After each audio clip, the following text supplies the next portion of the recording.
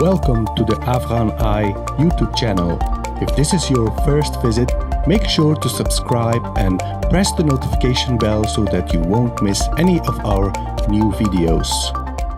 What's his story about his relative? Assalamu alaikum. Welcome to another AFGHANEYE live. I am your host Sangar Paikar. I'm Ahmed-waleed Kakar, and we're back. Back by dope demand. Dear listeners, viewers, it's amazing to be back. We've been away for about a week. Ahmed-waleed Kakar, where were you?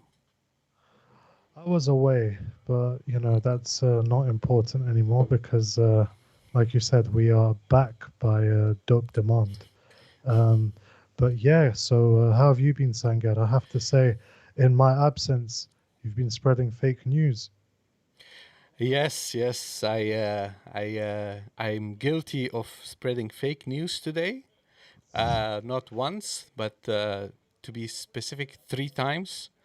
So I think, Is this what happens in my absence? Yeah, I think it's because you were absent for too long. That's why I got carried away, and very shameful behavior. But I am embarrassed. I'm not going to defend what I have done because obviously what I have shared wasn't true. It's very bad. But I wasn't the only one who fell for these fake stories. There were shootings, celebratory shootings in Kabul. So much so that people were injured. There are people carried to Kabul emergency hospital because when people shoot in the air, those bullets land, and Kabul is a very populated city. About 6-7 million people live there. So when you do something like that, obviously it's going to cause a lot of damage and injuries. And people were seriously terrified. I mean, I received WhatsApp messages from several people saying that people are really terrified of all these gunfire. First, there was gunfire when Kabul airport was taken by the Taliban. So residents of Kabul were furious about that. And now today again, but today was even worse. So there was a lot of anger. Residents of Kabul were very angry.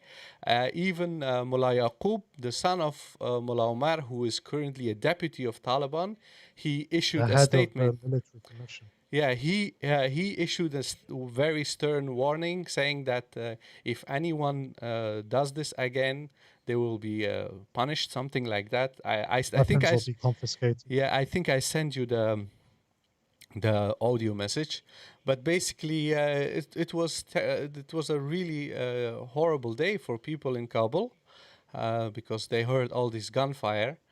And aside from gunfire, I sense that the situation in Kabul is worsening because people are growing very impatient with the Taliban. I saw a YouTube channel. There is a guy called Bradar, or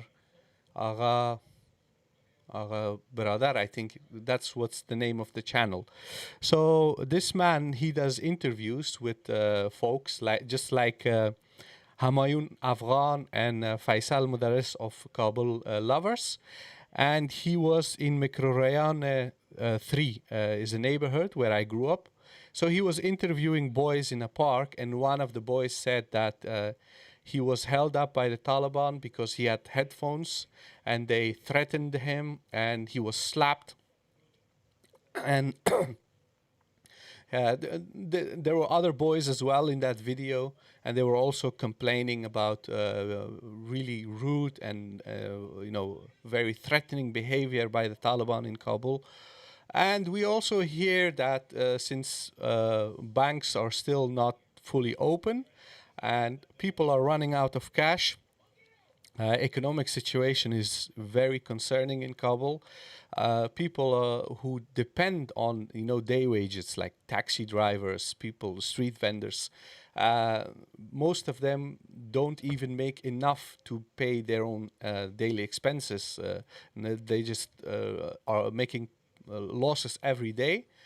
And this has serious consequences for people because uh, the economy in Afghanistan was entirely dependent on occupation and NGOs. So now that all of that is gone, there is a lot of concern for economic well-being of people. But that's basically the situation in Kabul. But before we dive into the situation in Panjshir and the news of a new possible Taliban government, I wanted to ask you, Walid. So you have been a very busy man lately. Uh, you published your first article in a international outlet, New Lines magazine, the interview with Anas Haqqani. Would you like to talk about that? Yeah, so I would say a lot of people messaged me after the article because I hadn't actually told a lot of people about it. And I sort of came back to my phone one day in the morning, I believe. I'd spoken to the editor and I said, I think with everything that's going on, it's time. Because for those of us that have been following Afghanistan, not just over the last couple of months, but specifically over the last couple of days, we've realized that there's a guy with a very famous surname, with a surname that inspires, we could say, a lot of fear, a lot of awe, a lot of admiration, a lot of terror, right? Depending on who you are and where you stand on which side of the conflict. Um, but Elizabeth Terry is asking, do you have a link to the article? We'll send it through just now. But essentially, the I'll do article. that. I'll do that. Carry دعوسمي on. پیدا که خیر ده Okay. دعوسمي Okay. واسطه. So the link to the article has been sent by the AFGHANEYE in the live chat. But so those of us that have been following Afghanistan over the last couple of days, we've realized that there's this young guy with this famous surname. Like I said, it inspires a whole load of emotions. But who is he? Why is he important? And why is, in a country like Afghanistan, where age is sort of seen as one of the prerequisites for leadership and prominence, why is this guy with a fully black beard seemingly so important, right? And the reason for that, well, is that because he's the youngest son of Maulawi Jalaluddin Haqqani, who was the famous anti-Soviet and anti-American commander. And so I did this interview with Anas. Funnily enough, he's about the same age as me. He's just about 1 year older than me. I did this interview with Anas. I spoke to him about loads of different things. Some of it, I interviewed him. A lot of people messaged me asking, how the hell did you get in contact with him?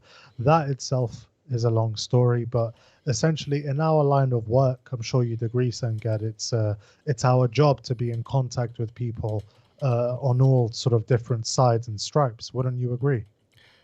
I would say that it is obviously necessary to talk with everyone who is basically currently involved in politics in Afghanistan. It was very difficult to have someone from the previous government. I would say they rather speak to people who are more favorable towards them. But yeah, so considering the fact that Haqqani seems to become a major political actor, it's obviously very important to talk to such people. I also think that people assume that it is very difficult to approach the Taliban, but their political office in Doha has been there for almost a decade now. And their job is to literally be in contact with people. Yeah. That is their job, right? So yeah, I mean, I spoke to him, I interviewed him on a variety of different topics, and I wrote an article about it. Now, obviously, you can imagine it was difficult to get an interview because of how quickly things moved, and the fact that they basically found themselves in government by accident. But I did the interview and But how wrote him. often did you speak to him in total? I'd say a couple of hours.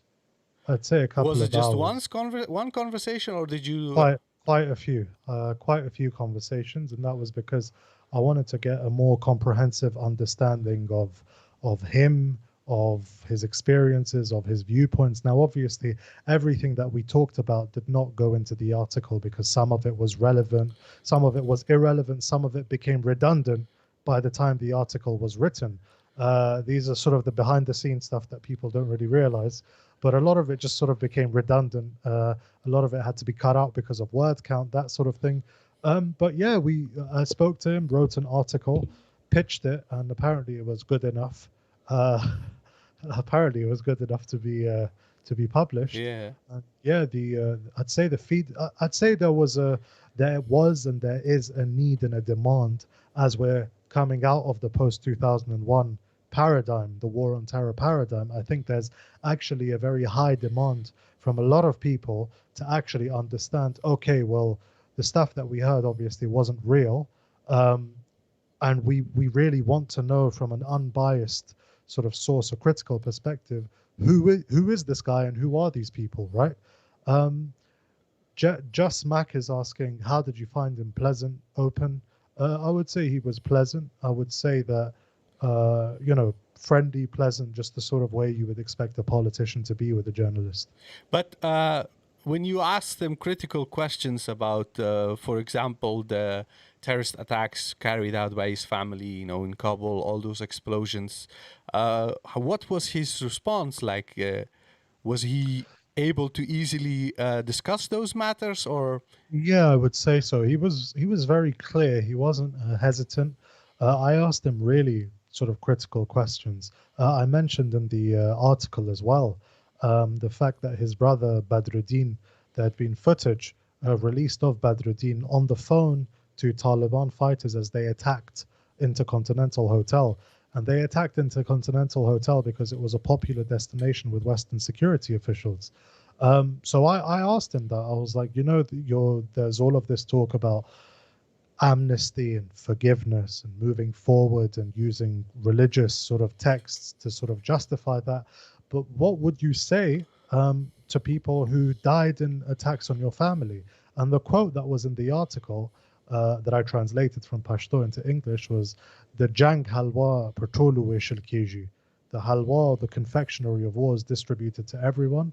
And he wasn't remorseful or regretful at all. He said that he'd lost four brothers, that his family and his extended sort of clan had lost dozens of people, and that George Washington fought against the British Empire at a time where King George III was the lawful monarch, right, of the American colonies. And he basically said that if George Washington had the right to revolt against his monarch, then why did he or his family, as he saw it, not have the right to rebel and fight against the Americans? And he said that this was just all the character, according to him, the characterization of his family and the movement to which they belonged was just propaganda. And he asked me, he was like, we were called ashrar during the Soviet invasion and occupation, were we not? And I said, yes, because my family was also from Hizb Islami background. I was like, yeah, okay, that is true. He said, well, we were called Ashrar then, and we're called terrorists now. But then I asked him, I was like, well, back then, that suicide bombing was not really a thing, right? Suicide bombing, these vehicle-based IEDs, these weren't really a thing back then. And he said, well, back then we were being supported by a lot of people, okay?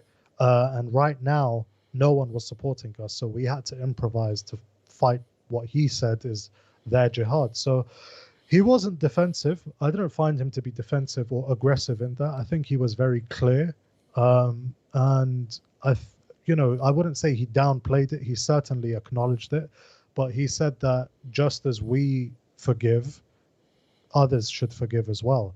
And that is a position that, you can agree with, you could disagree with. Just before you ask your next question, Sangar, there are over 100 people watching here, and I've obviously lost my touch in my absence, but there are over 100 people watching here and only 20 likes. And that's very disappointing for me. Did you know that over 60% of our viewers are not subscribed? That's very disappointing. Yeah.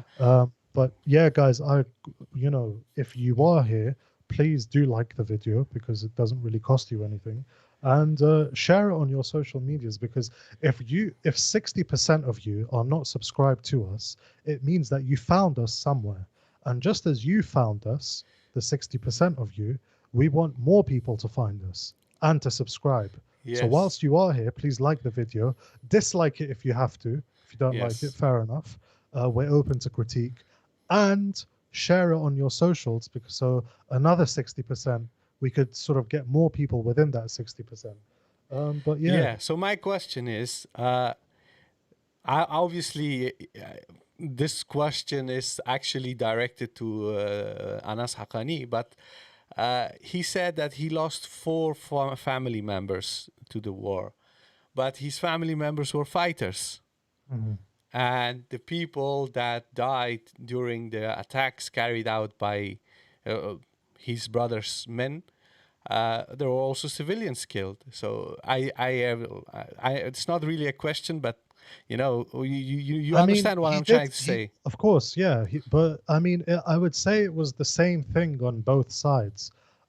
He also mentioned that women and children from his family had been killed. Oh, okay. How exactly they were related to him, I didn't go and didn't ask, but I would assume because I didn't want to go too much into that sort of part of the conversation. Perhaps that's a fault of mine. I'm willing to accept that, but I would assume that those women and children died because they were the collateral damage of his brothers or his Yes. uncles or his cousins dying. Okay. We have a super chat. Last word, $5 Canadian. Thank you very much with a question.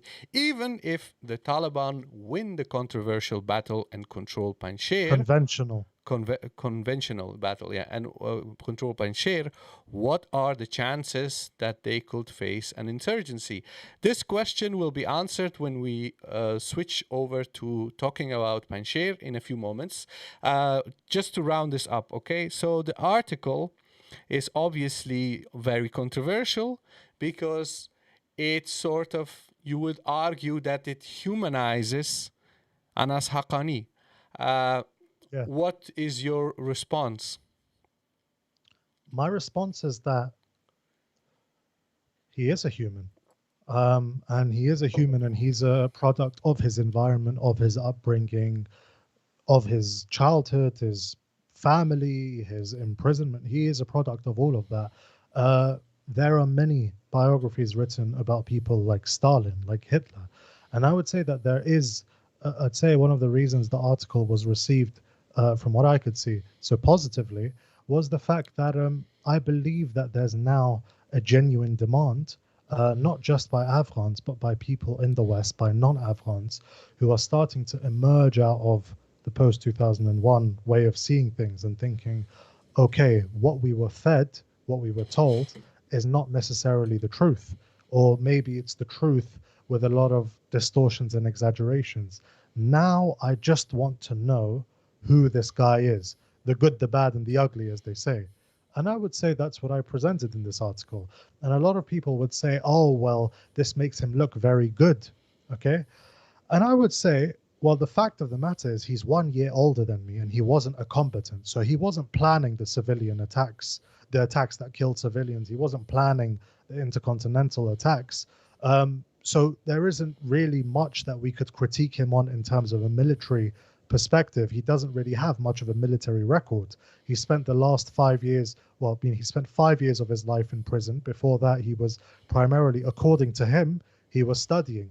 So, in terms of critiquing him, we can critique his statements as we just did. For example, his family's role in the conflict, the Taliban's role in the conflict, civilian casualties. But in terms of his personal perspective, his personal record, there isn't much to critique him on. And I would invite anyone to sort of say, okay, try and critique me. You could say, fair enough, we don't like the style of his beard, we don't like his British accent, so on and so forth. But the reality is that I haven't done much. So up until Anas Haqqani does a lot as a politician, the good and the bad and the ugly, there's not really much to critique him on simply by virtue of his age. Okay, well, that was convincing to me. But there is another big issue with the article that I have. Okay. Not so much your work, because obviously I think you have done a great job. You don't have to. I don't even have to tell you. You know, I'm really excited every time you write something. Not because we're both part of this thing, but because I Partners think in crime. if partners in crime, yeah. But I think it's a different style of writing than what most people have been used to. So that's why I like the article a lot. But there's an issue I have with what is said in the article, basically about forgiveness and amnesty. You see, after the defeat of Nazi Germany, there were the Nuremberg trials, okay? So the people who were part of the Nazi regime, they were tried and punished and convicted. Obviously, the victors convicted the losers, but the victors also committed crimes. For instance, the bombing of Dresden. Yes, yeah. Hiroshima and Nagasaki, the use of first atomic bomb against people. Sorry. So those guys were never tried and punished. Now, that's basically the nature of warfare. The victors get to decide. So I sense some sort of, yes, we forgive everyone. Everyone gets amnesty. I think that would be perceived as very offensive to many people, especially people who lost relatives, civilians, to this conflict. So I think, that's something next time you talk to Anas Haqqani or anyone within the Taliban movement, this issue needs to be cleared out, in my opinion. Because, You see, yeah. the thing with the word amnesty, Yeah. okay, afwa, is that it basically means we forgive you, okay? Yeah. And now, if you forgive someone, you don't forgive someone for doing something good. That contradicts the nature of the word. You forgive them because they've done something bad, right? It's in the word. You've done something bad and I'm forgiving it. But now, who does this forgiveness apply to? Okay? Well, they would say, I've got nothing against the average civilian. Okay? The average civilian doesn't need forgiveness.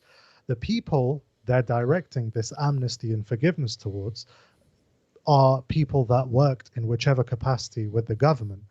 Now, here's the thing. One of the problems the Taliban is facing or are facing at the moment are civil servants, government workers, people that worked for NGOs that are now scared of going out to work. Now, there are two reasons that we can identify for that. First of all, is that the Taliban in the early stages of their insurgency actively targeted government workers. All right. Now, here's a lot of people, and this would feed into, let's say, the orientalization of the conflict, where the Talib is like this blood-lusting figure who just wants blood. But if we actually look at it, and this isn't a justification of why they did so, it's an explanation of the rationale. And if we're explaining why people do things, it doesn't mean we're justifying it. And if you can't differentiate between the two, then I'd humbly ask you to try to do that. And if you can't, then you can't. But here was the rationale, Sangar, behind targeting government workers: to remove the influence of government in certain areas. Once you remove the influence of government, you discredit the government, you weaken the government, and by virtue, because the relationship is inversely proportional, you strengthen yourself, right? So a couple of government workers would be killed, threatening night letters would be stamped outside people's doors, right? Before you know it, the government's very fragile apparatus in the area would be paralyzed, and the area would basically fall under Talib control. That was how they operated. And now that was an approach that they used in the early stages of the war. As the war went on, they started to relax that policy because it was initially about spreading fear and terror of working with the government and, as they saw it, the occupiers. As their influence started to increase and they started to come around provincial centers, they realized, or they knew even from beforehand, that you can't kill government workers because we can't administer the cities now, you see? But now, from that period of killing government workers till now, people in Kabul, people in Kandahar cities know those stories of government workers being killed and have also been susceptible to a lot of information or misinformation about it.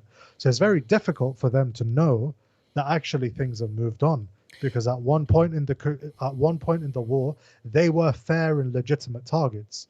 So the point that I'm making here is that the Taliban's announcement of amnesty is not necessarily for the civilians, it's for anyone and everyone that they considered a fair target at whichever stage of the war.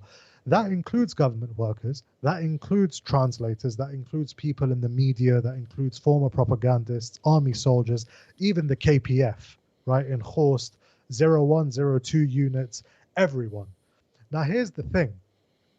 Obviously, in their war against those organizations, they didn't just fight those people I just listed. They killed loads of civilians. But in the war that was being fought against the Taliban as well, loads of civilians died. So if you're going to indict people on the basis of killing civilians, you would first have to indict yourself, like you said, the Nuremberg trials.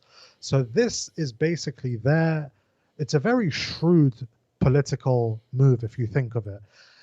You are the most powerful party in the country. You unilaterally declare that there is forgiveness from a position of power, not from a position of weakness, but from a position of power.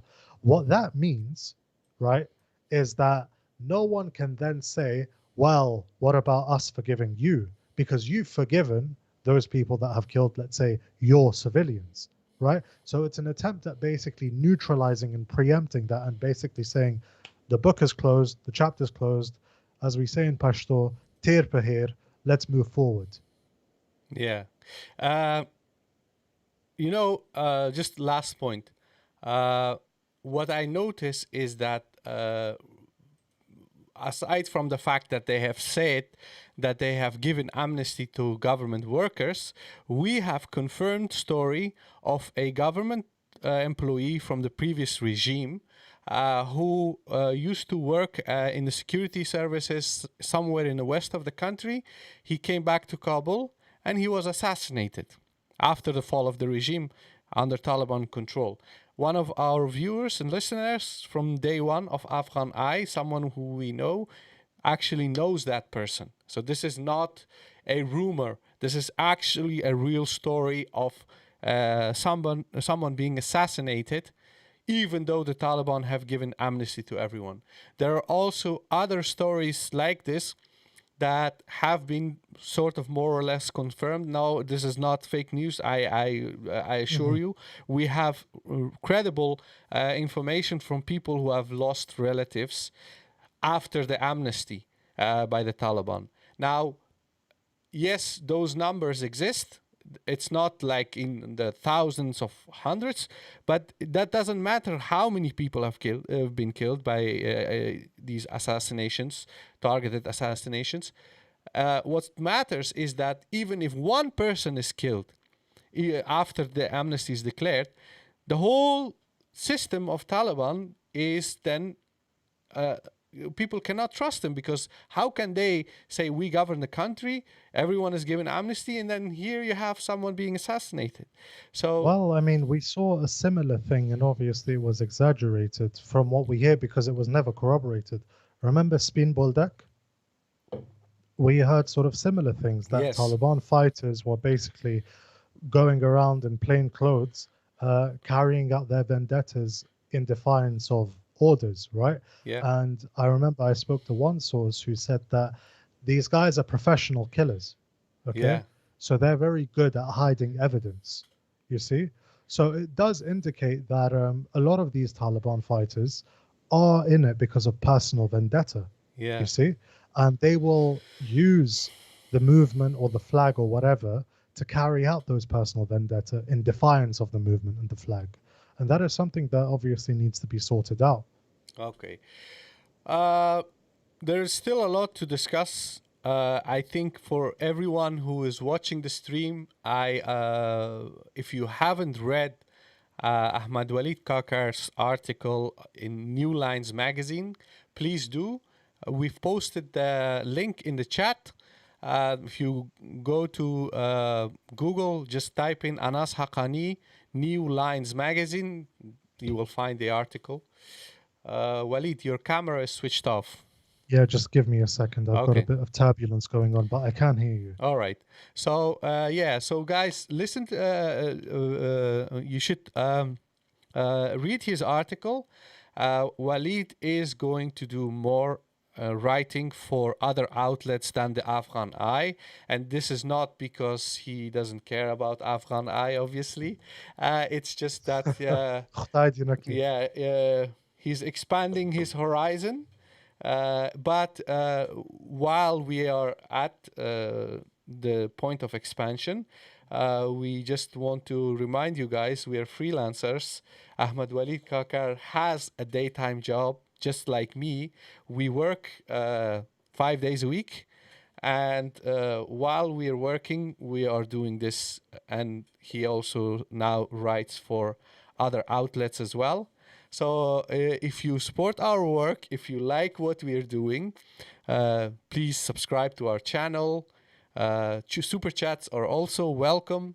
If you guys want to become a patron, you can visit our Patreon page. That's just patreon.com/AFGI. We're also on PayPal, so you can support us. So anyway, we are going to move on to a major story of today. Just give me a second because there's a super chat as well. And we'll answer that at the end, DS. If you just remind us at the end. So he's saying DS for a super chat of €4.99 is saying, thank you, Sangad, for asking critical questions. Waleed answered them eloquently. Thank you. Question regarding disturbing parade of suicide warfare yesterday. Do you think we should answer that quick? What did you make of? I actually haven't asked you, Sangad. What did you make of that? Well, you see, for the last 15, 20 years, now in the first years there weren't that many videos, but in the last 15, 16 years, Taliban have published hundreds of these videos, okay? Basically military training. They used, Manbaul Jihad, the outlet created by your interviewee's family. Manbaul Jihad, they would make a lot of these videos of, what is it called? Ambushes. And Oliver Stone, the Hollywood producer, he made a movie called Beasts, or something with beasts. It's a movie from 2012, and there is a fighting scene with an ambush, and the whole scene is basically copied from one of the Manbaul Jihad videos produced by the Haqqani family. So yeah, I've seen these videos. They would always appear on archives.org and LiveLeak, if people remember LiveLeak, and YouTube, everywhere. These videos appeared everywhere. So I was sort of used to seeing war footage and propaganda and war, all these stuff. But it was quite a shock to see that on Afghan national television. And they were displaying these yellow jerry cans that they use for roadside bombs. Guys with these covered faces, basically symbolizing that they're suicide bombers. So yeah, I think it was quite a grim image for people to see. But then I was talking with someone and I realized, these are the weapons they used in the war in the last 20 years. So those are basically my thoughts as well. Yeah. And like I said, I'm aware of their videos and everything as well of Manbaul Jihad. But I mean, countries show off their arsenals, whichever arsenals they have, right? And at the end of the day, a weapon is a weapon, you see? So displaying, this is my personal view, a weapon is a weapon, and displaying a for me personally, there's no difference between displaying a B-52 and a suicide vest. And like you said, these guys, according to them, they just defeated the world's foremost superpower, and these were the weapons that they used to fight against them. So I do believe it was disturbing in the sense that those weapons, those vests, killed a lot of innocent Afghans. It was disturbing. Yet at the same time, I just find any parade of military hardware to be disturbing. So, in Yeah. conclusion, it's no more or no less disturbing for me, but it just makes sense for me personally Yeah. because this is who they were and this is how they fought. Yeah. Um, we've got more super jets, Sengar. Um, Wow. Triggered Andy, $20. No message. Thank you, Thank you Triggered very Andy. much. And Mustafa Iqbal, Sangar, and Ahmed-waleed pray for the success of our country. Ya Allah, Amin. bring peace, stability in Afghanistan.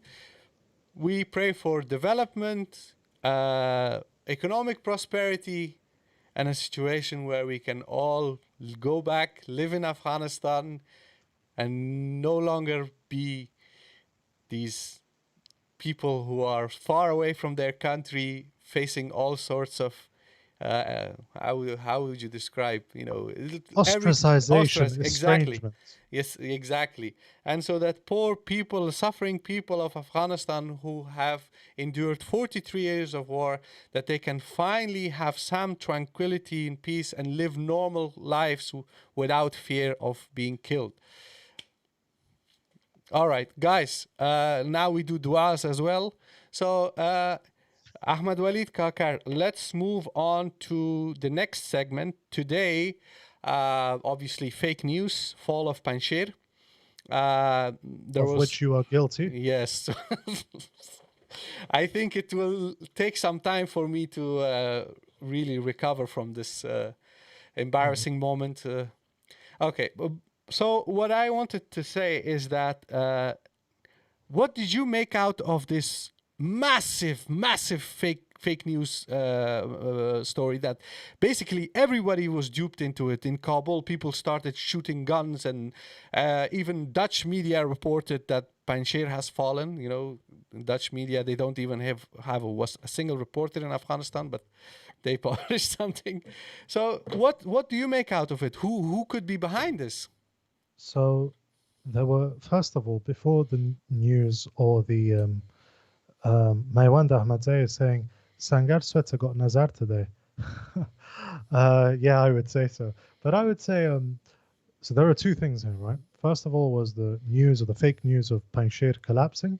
But there was also the news that Amrullah Saleh and Ahmad Massoud had fled last night. And local sources were saying that they saw helicopters coming out of Panjshir and Those basically were, leaving. by the way, those were not Taliban for sources about the Yes, exactly. helicopters. Yeah, Those were just locals that were yeah. reporting that they saw helicopters leaving. But it still remains. See, this is the thing, right? This isn't me gloating, but any video, like I have a policy in my head, right? And it makes my life difficult, but it also makes my life very easy. I don't believe any picture. I don't, sorry, forget believe. I don't watch or look at any picture or video that comes from Twitter that claims to show something in a certain place at a certain time. Because far too many times I've been duped. Okay. So when people send me videos of like the Taliban beating up an old man who's saying, please stop, I've heard people say that, that old man was a Bachabaz, that old man was a Chersi, that old man was this. This is from 2010, this is from 2011. So the point I'm making is that I don't really form my political opinions on the basis of what videos and pictures claim to show, not because I'm Mystic Meg and supremely wise, but because I've learned from experience, okay? So the same thing, up until something is not confirmed, right? I won't really believe it. For example, the reports that Ashraf Ghani had fled, up until it wasn't confirmed, I was just like, you know what, I reserve comment. And it's the same thing that I sort of it's the same thing I adhere to with regard to Amrullah Saleh fleeing, Ahmad Massoud fleeing. Is it possible? Yes. It's also possible that they're praying Qiyam al-Layl right now. Do you see what I'm saying? Anything can be possible. But Amrullah Saleh did make some contradictory claims. He said that the Taliban have shut off basically the telecommunications networks in Panjshir, but he was tweeting, right? So, which begs the questions as to how exactly he was tweeting. But there was that, and then there was this news that Panjshir had fallen. Now I know that the Taliban offensive in Panjshir has been going on for the last few days, and to be fair, I expected that it would be a very difficult operation because the mountains that surround Panjshir are formidable. Have you been there, Sangar? I've been to Gulbahar and Jabal Saraj. I've Uh-huh. passed across Panjshir, not across Panjshir, on the Solang Pass. I've been to Solang. I've been to some small districts near Panjshir in Baghlan. I don't remember exactly what the name of that district was because Was that Andarab? it was in the Andarab region, but Okay. I'm not really sure where exactly because I was, I think, 6 or 7 years old when I was there. But what I Okay. do remember was it was in a Must have period. been dangerous back then because those were Ahmad Shah Massoud's No, areas there of was no operation. fighting there during the communist regime. There was no fighting there. Yes, sometimes the road was closed, but you could go to Baghlan, to Polykhumri, to those places. So yeah, I was there as a child. We did got shot. There were shot. People were shooting at us, and that happened in Samangan, and Okay. that was an yeah. So we left Probably Samangan. Hizb Islami. Yeah, those Hizb Islami fighters, they were shooting because we were driving. I was very young, and we were in a convoy with civilian vehicles and armored, BTR Russian armored vehicles, and so they started shooting, and we heard the pang, pang, pang, and then the armored vehicle shot back, and then it subsided. What is one of my first memories of war in Afghanistan, where I actually experienced somebody shooting. Uh, but yeah, so what I was trying to say is that Panjshir is A currently under valley. siege. Yeah, a valley under siege. So we have in Andarab, there was some resistance against Taliban, but I hear now that Taliban are in all over Andarab. There is to the south west of or south and southwest of Panjshir in Parwan at Jabal Saraj. That's a main entrance to Mhm. Panjshir. There is another entrance from the side of Kapisa. That's in the southeast, and then Laghman, Nuristan, and Badakhshan are to the east and the northeast. So these provinces surround the Panjshir Valley, and Panjshir is totally, on all sides under siege by the Taliban.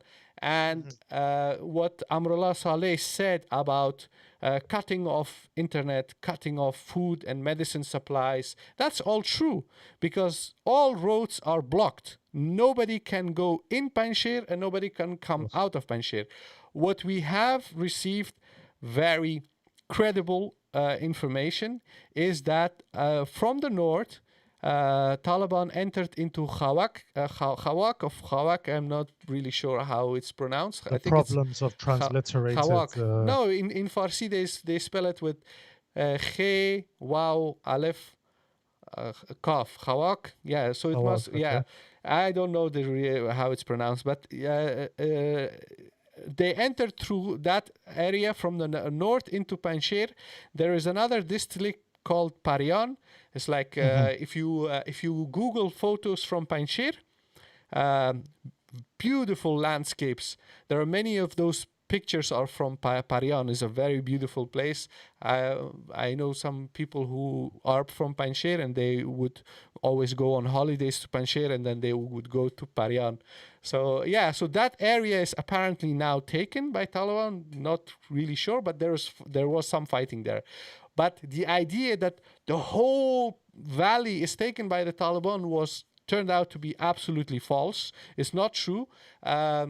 and the news that came from Panjshir, here is what is very suspicious about this whole story about Panjshir falling. So we hear that there is no internet connection in Panjshir. Okay, so obviously people from Panjshir cannot send out anything through the internet.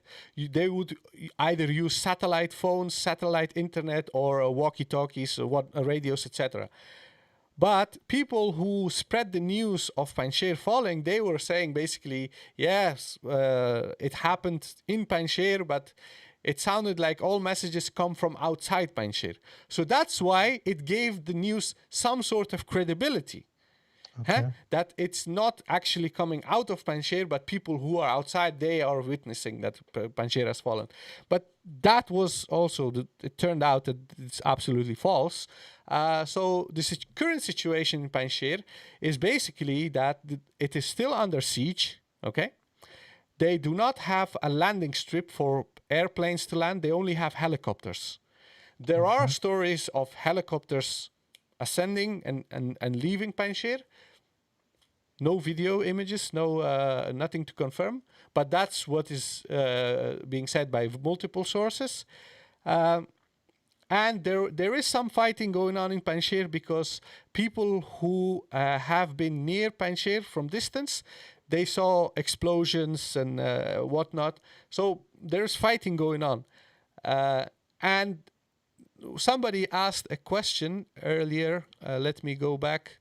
You know, guys, I'm not being rude by not reading all the questions in the chat, but because there are so many chats and we're talking, sometimes it becomes very difficult to read everything in the chat, and that's why we need moderators to help us. So moderators, please apply, send us an email, info@afghaneye.org, so that you can be our regular mod and then help us with the questions. The first questions we received about this issue is, even if the Taliban win the conventional battle and control Panjshir, what are the chances that they could face an insurgency? Ahmed-waleed. Well, for an insurgency, you need a couple of things. One of which are sort of supply lines and foreign sanctuary. Now, one of the things that people talk about with regard to Panjshir, Western analysts and experts, Western experts, we love them, don't we? But a lot of these people were sort of, because they're very historically deterministic and like they really like this, it's almost like a movie to them. It's like, you know, background music. This group of people fight that group of people, and it's going to be back like history replaying each other, the history replaying itself. So a lot of these people are sort of looking at the 90s as sort of the script of what's going to happen. And in the 90s, obviously, the country is divided between sort of north and south in that sense. And the Taliban eventually advanced north until Massoud's father was basically holed up in Takhar and Badakhshan. This time, obviously, the Taliban first started attacking the north, and they sort of made an arc around. But there was another thing as well. In the 90s, the people supporting Massoud's father, whilst Massoud's father is portrayed as sort of the lone wolf that fought the Taliban in Pakistan, he was actually supported by Iran, Uzbekistan, Tajikistan, Russia, and India, right? Now, the way he would get that support was through uninterrupted supply lines from Tajikistan that would go down to Takhar and then to Panjshir. But Takhar is taken now. The border crossing with Tajikistan is totally in the Taliban's control. So the only way that Massoud Jr. can get supplies into Panjshir is by air. Now, who's actually going to airlift him supplies into Panjshir? They can't even land planes in Panjshir because it's a narrow valley, right? So the point is that they don't really have foreign sanctuary. They're completely isolated and besieged in that sense. How long it takes for the Taliban to take over Panjshir, or if they take over Panjshir, is a separate issue. But right now, all of the surrounding regions of Panjshir have been inundated, flooded with Taliban. We're hearing, my sources tell me, a lot of Taliban, specifically from Helmand, and from I've heard from others from Paktia. But generally from Helmand. So that video earlier today was guy speaking in Uzbeki. well. Yeah. And So we're it's also like hearing reports of they're Qari coming from the Fasiuddin. north. They're coming from the north. Yeah. Exactly. So it seems that from the south, the Helmandis and some Paktiawala have been deployed. Qari Fasiuddin from Badakhshan is also apparently leading the offensive, which is obviously a strategic move because he is a Farsiwan, just like the Masud clan, and they sort of portray themselves as the champion of, or the representatives of Dari speakers in Afghanistan, right? So the point is that they don't really have foreign sanctuary, and their supplies would be very it would be difficult to get supplies because the Taliban are very keen on disarming and basically dismantling these black markets where weapons and the like are sold. So that would be very difficult for them. In terms of how they would, I would say that safe sanctuary is one of the most crucial elements, and they don't have that. What would you say, Sangan? Yes, with regards to insurgency and dependence on supplies, we have a question. Daily Gamer 7 says, could supplies be airdropped via parachute, like in Warzone? Friendly supply crate being parachuted. That could be possible, but you have to realize that a crate or anything that is dropped off from the air, it can't be massive or huge. It can be very Yeah, small. So if you need to fight a war against thousands of people in a valley for a very long amount of time, you can't just have friendly supplies with X amount of ammo and different loadouts, whatever. You can't have that to actually fight a war. You need a very steady line of supplies. If it's not by land, it needs to be brought with huge cargo airplanes, and you can't just do that with helicopters, because even with helicopters there's a limitation, because they have anti-air weapons. Taliban, they can just position anti-air weapons in the mountains, and every time a helicopter approaches they can shoot it. So it's a very dangerous situation. I would say that, my biggest concern is that Panjshir has about 150,000 civilians approximately living in the valley. Those people are currently basically being held as hostages. Okay? We know that many elders from Panjshir came to Kabul, they met Dr. Abdullah, they talked about peace and negotiations. So you see that there is a broad based group of local leaders who try to negotiate. They try to basically reach some sort of peaceful resolution, because it is it is a valley under siege, and 150,000 people are currently suffering, because if they can't even have aspirins delivered, what's going to happen if people get sick? We have COVID, the winter is approaching. So the longer the situation lasts, the more people will suffer. And that's why you did read the list of demands by Masood and Saleh that were rejected, right? So I they did. had these And demands. by the way, those came from a reliable source, That let's wasn't say. fake news, guys. That wasn't fake news. It came from a reliable source on the ground from a high-ranking official. I'm not going to name, but it was a high-ranking official. So the demands, and these are interesting because they cover themes that we've gone over in previous live streams. I Yeah. don't know, because everyone sort of, I've been messaged a lot as well whilst I've been away. I'm sure you have as well. Like, talk about Panjshir, talk about Panjshir. And we're like, bro, we did view the previous live stream. But the situation is Yeah. evolving, so I understand. But so here's the thing, right? The demands were as follows. Remember last time I spoke to a source, I said that the demands were basically autonomy for Panjshir. My father remains as the national hero, and I want a seat at the current sort of government, in the central government, and I want, let's say, moderate Islam. And before anyone kills me, what moderate Islam is and how it's defined, I'm not a mufti, not our place to discuss. But however Mufti Ahmad Masud decides what moderate Islam is, that is what he wants, okay? Now, what we're hearing recently is that they wanted once again to appoint all officials of Panjshir. All officials of Panjshir be appointed by the clique Masoud Khil.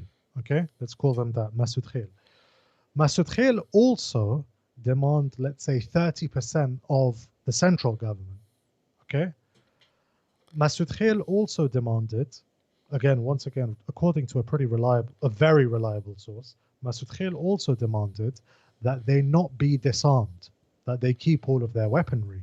Okay, and Masoud Khail also demanded that anyone traveling to and from Panjshir basically be unharassed, no So checking, nothing Bernard whatsoever. Henry Lewis can travel to Panjshir without going to customs or anything. Basically. So here's the thing. I'm not really surprised by the demand of we want to appoint everyone in Panjshir. Are you, Sankar? I think, the demands are, see, in any negotiation, you have to demand, Maximalist demand. yeah, the maximum, and then you will get something. So, in that perspective, I understand that they have these huge demands. I mean, it's just one small valley. They don't represent a lot of people. There's only 150,000 people living there, and they want 30% of government and everything. So yeah, they obviously they expect something to get in return, but even they would realize that their demands are just too high. But what I find funny is the whole point about moderate Islam. So Ahmed Masood and Saleh, they want moderate Islam, but only last year we saw all over the news in Afghanistan that in Panjshir they banned tourists from playing music. They banned unmarried couples going into Panjshir and walking around. So it is a very conservative valley. Okay, people there are very conservative. Somebody asked an interesting question. Said, we have women activists and outspoken women from many parts of rural Afghanistan, people on TV and etc. In the media, singers.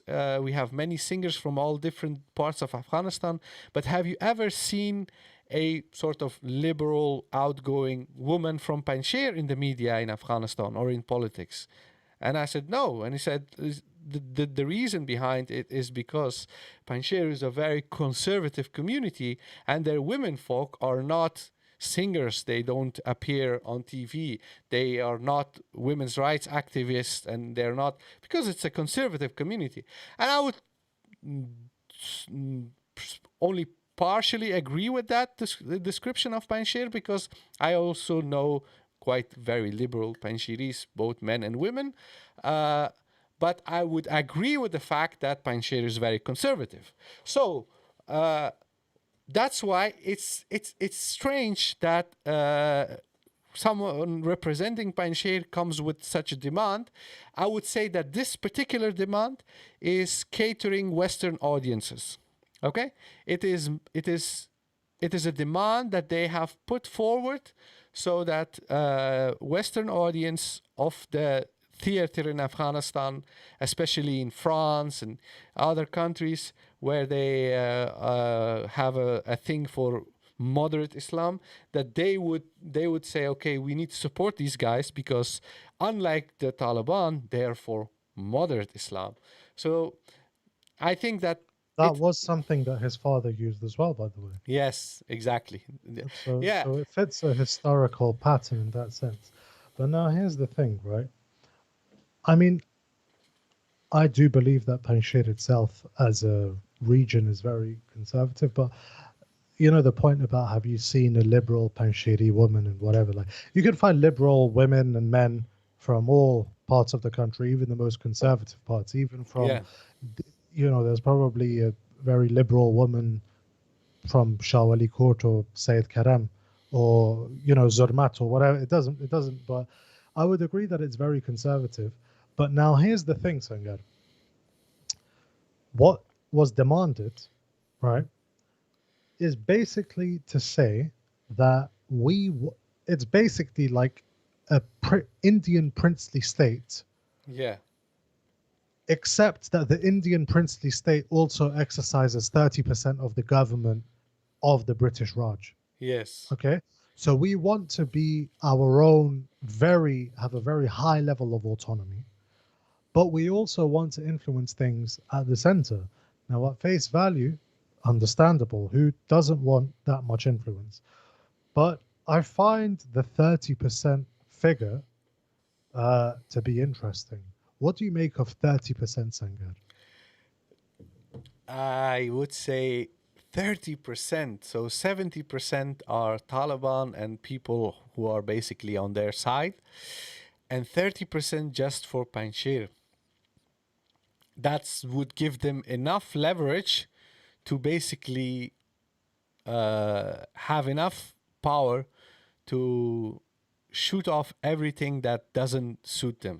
Let's just suppose the Taliban come with a new policy and they say, what we're going to do is we're going to disarm all civilians in Afghanistan. Now, the Which is interesting resistance, because the resistance said we don't want to be disarmed. yes, they don't want to be disarmed, And but people should be able to leave and enter Panjshir as and when they see fit. yes. So what Masood and Saleh are hoping for is that if they continue their resistance long enough, maybe Hazarajat will also start resisting, and other parts as well. So that's actually the reason why they know that Panjshir will fall sooner or later. Okay, yeah, you know the blockade, the siege. It's going to result into collapse eventually. So you would say that it's just But a matter of when and not if. yes, obviously, you can't. There are a lot of myths that Panjshir cannot be penetrated. Well, it happened. It has not fallen yet. That's true, but there are Taliban currently in Panjshir. So Is that real or fake news? no, that's real.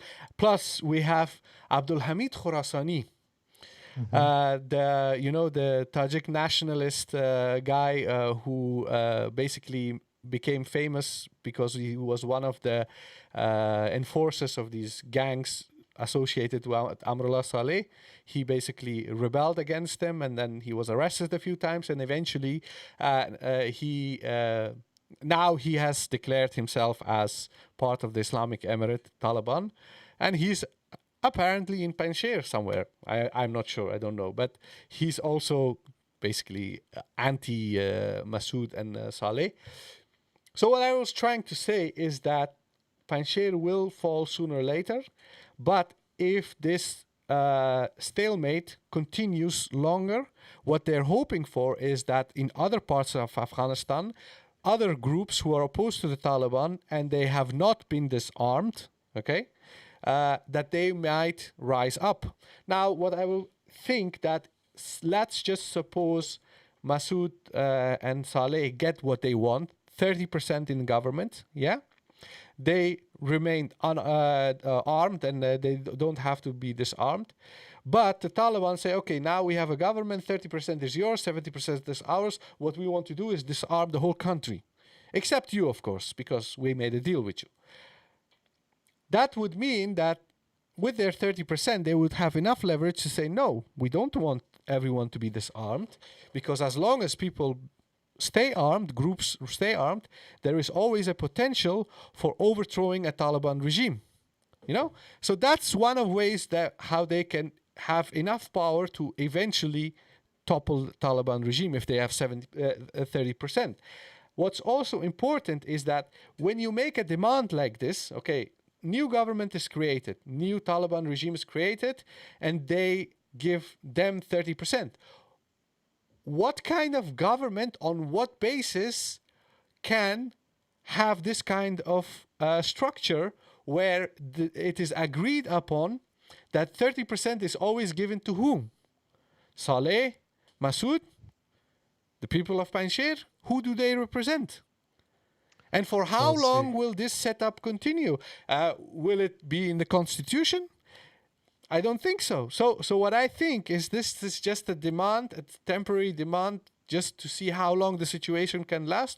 Because in the back of their mind, what Masood and Saleh think is this situation will eventually die down and this Taliban regime will fall and then we will be back in the game. But in order to preserve ourselves and remain relevant in the politics in Afghanistan, we have to make these demands. See, well, I find the 30% demand very interesting because have you read that message, Sangar, of Which one? someone with the surname Koistani, an open letter to the ethnic minorities of Afghanistan? No. For a group chat ki de wala, okay? But I'll take a Koistani walike, it will come up. Now here's the thing, Sangar. Would you agree with me that there's a very sort of concerted attempt increasingly to turn this into an ethnic thing? Definitely. Definitely. Okay. Now you asked who represents, who do these guys represent? Well, 30% of the central government almost sounds like they're saying we represent our ethnicity. You see? But then we have to ask, on what basis do a certain political group from one valley in northeastern Afghanistan, on what basis do they lay claim to representation of the whole ethnicity to which they belong? Right? Yeah. On the basis of what you've said, from the fact that Panjshiri elders are going to Abdullah and sort of insisting on negotiations, it almost seems like these leaders themselves that these leaders themselves don't really represent the entirety of the same valley they come from, let alone their whole ethnicity. Do you see what I'm saying? Yes. Yes. So I would say that essentially, and there's a question here from Yusuf AR saying, I don't know what sources you're citing. Sounds like fake news again, because credible sources from the resistance have said they made no such claims. I mean, once again, I'm not going to mention the source, but I have a high level of confidence in this source. I'm sure Sangar would agree. And with regard to, he goes on to ask Yusuf AR saying, do you not think that the Taliban might be faking these demands because they actually don't want to negotiate with Panjshir and want to make everyone seem like they tried? On the basis of a conversation I had with someone, I would say that I do not believe that to be the case. I would say that the Taliban did exhaust attempts to solve this peacefully, and one of the sort of proofs of that, you could say, is the fact that at every juncture of this fighting, we're seeing increased attempts, even if they're not successful rounds of negotiation. But we keep seeing, oh, fighting is going on, but we're still negotiating. Yeah. Which would indicate that there's a desire, and they're also very aware. And as just one point. Yes, the Taliban have their demand, disarm and give up, yeah, and the other exactly. side says no, we want this and that in return for stop. In return for Exactly. ceasefire. So that's the essence of the negotiations. One side wants the opposing side to give up, basically. Basically. So yeah, but the point that I'm making here is that the 30% figure almost sounds like they're trying to ask for representation of their whole ethnicity, as in, according to them, did you read the message, Sangar? I couldn't find it. You know what? Let you تخبري Yeah, بك okay.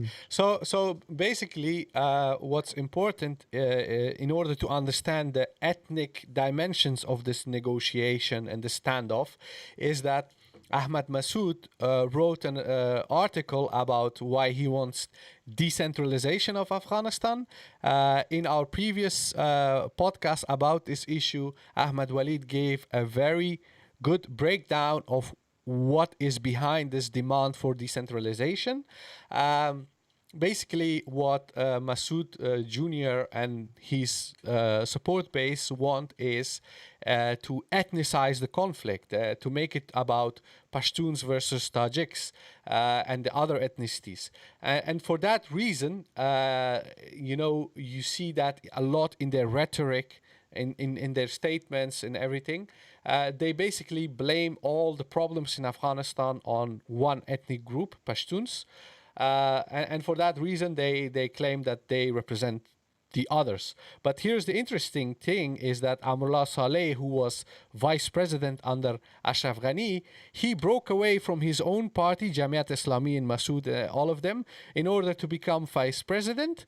And he was cursed and he was despised by many, many people in his own support group, support base in Jamiat Islami and people from Panjshir, because he basically appeared as a sellout who sides with the enemy, with Ashraf Ghani. And Ahmad Masood, his only status is just he is the son of so-and-so. Basically, like Anas Haqqani is the son of Jalaluddin Haqqani. But the only difference is that Anas Haqqani was part of the Doha negotiation, the negotiating team of Taliban. And had a much less privileged life. Yeah, he didn't play tennis in London like Ahmad Masood. But Ahmad Masood, was he in any sort of official role in the previous government? No, not that I'm aware of. Okay. Politically, like within Jamiat Islami, is he the leader of the party? Not that I'm aware of, but they have many leaders. Yes. Abdullah is a leader. Jamiat Islami, Abdullah is a leader. Atam Ahmed Noor is a leader. Ahmad Masood is a leader. But they all have their own sub parties. Exactly. Like Saleh has the Green Trend. Exactly. So Jamiat Islami, as it existed in the 1980s, doesn't exist anymore. In fact, the emphasis on Islam even is only in the sort of context of a moderate Islam. And that was very much different in the 1980s, during which they were the extremists. But now here's the thing. What Ahmad Masood is basically asking for is that Panjshir be his personal fiefdom, whilst he is also claiming representation of a whole ethnic group. Now here's the thing. He's saying that if it's true, and I very much suspect it is, that they want 30% of the ownership of the sort of seats of the new government, but they don't want to disarm. Why? You would be the government, would you not? We're in the government, but we will keep our guns. It sounds very, according to him, from the article that he wrote, basically pleading to the West for help and support. This basically sounds like what his uncles did in 2001. They joined the new government, or rather they were put in place in the new government, but yet they still kept weapons in opposition to that new government, which they were the creators of. Basically, what they want is Afghanistan to never have a functioning civil government where you have civilians and you have a government, you have politicians, and you have a civil service and armed forces and police, like any functioning normal government. They just want to be gun-toting, group of whatnot. I don't even know how to call that kind of entity, but they also want to be in government. So basically, Afghanistan needs to stay in this current state of, Basically, everything with regard to the country's future potential political stabilization, economic development, foreign relations, all of these things need to be subordinated to the whims and the desires of the Masood clan, right? That's a harsh statement. Why am I making it? On the one hand, you're basically saying we want Panjshir almost to be independent in its domestic affairs, right? Even the officials are to be appointed by us. Okay, fine. We want 30% of the central government, which will not interfere in Panjshir. So the government in Panjshir will be separate from the central government, which we also constitute 30% of. At the same time as being in the central government, we also want to keep our weapons, right? And anyone can come in and out. So really and truly, is it any Angelina Jolie can go straight from Exactly, Kabul exactly. airport to Panjshir. Private shuttle service to Yeah, Panjshir for designated guests. We saw, for example, Bismillah Mohammadi, the former defense minister who was cursing Ashraf Ghani after Kabul's fall, he was calling the Taliban Pakistani slaves. Okay? yeah. But now here's the thing. Ahmad Zia, ahmed-waleed, Masood, Yunus Qanuni were in Panjshir just about a fortnight ago. Sorry, they were in Pakistan just about a fortnight ago. The same people who are now apparently controlling the Taliban. So there's a lot that needs to be said about this. Um, but on the basis of that message that's apparently being circulated, the longer this goes on, of course, the Massoud clan, because they don't really have a much of a leg to stand on in terms of religious legitimacy anymore, they will now, it's very conceivable, and a lot of people will be like, how dare they do this? And I agree, it's not a good thing to do. But as we say, the game is the game. They will now try to ethnicize this conflict in order to gain wider support for their cause. And that will be obviously around the standard tropes of, let's say, Pashtun domination since, you know, antiquity. But here's the thing, Sangar. Correct me if I'm wrong. I'm genuinely asking you this. Have the Taliban ever, has any senior Talib leader ever portrayed himself or the movement as being representative of Pashtuns? No, no. Are you sure? Because Uh, I don't think they have, no, but I want to they ask you, are you sure? that's the thing that the Taliban. What is very important to note is that Taliban are a quote unquote Islamist group. Yeah, Mm, they represent rural Afghans, conservative rural Afghans, but basically the most important aspect of their own identity is that they are Afghans and most specifically Islamist types. So they don't really speak about representing only Pashtuns, etc. Obviously, a very important segment of Taliban movement have been historically always Pashtuns. So in the Afghan context, people make easily that distinctions. Oh, these guys represent Pashtuns and those guys represent Tajiks, etc. But it is it is convenient to make those okay, assumptions. But just like with Masood, we cannot say that he represents all Tajiks, even he if exactly. he even If he if he claims that, claims it.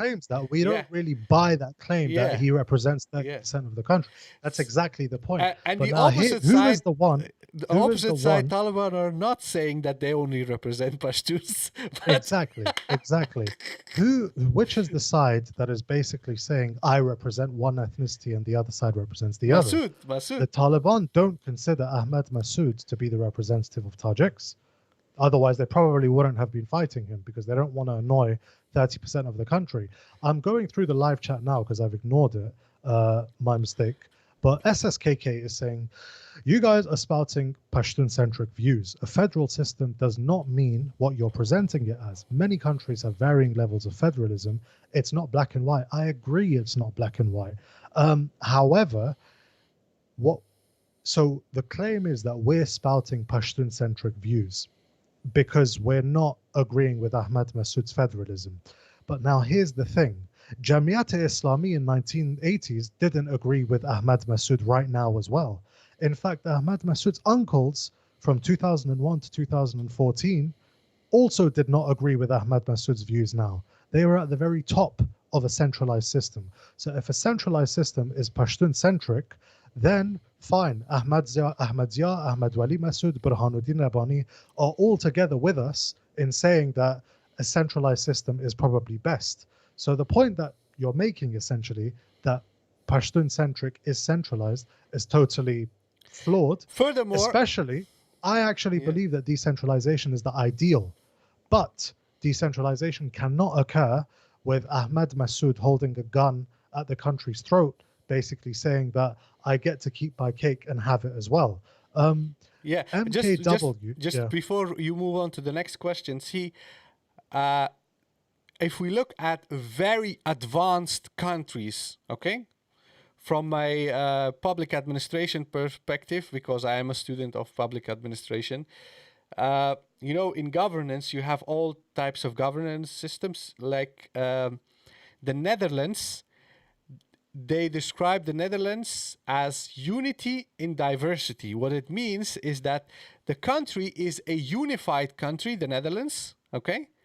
But it's very diverse because the Netherlands has 12 provinces, about 400 municipalities, okay?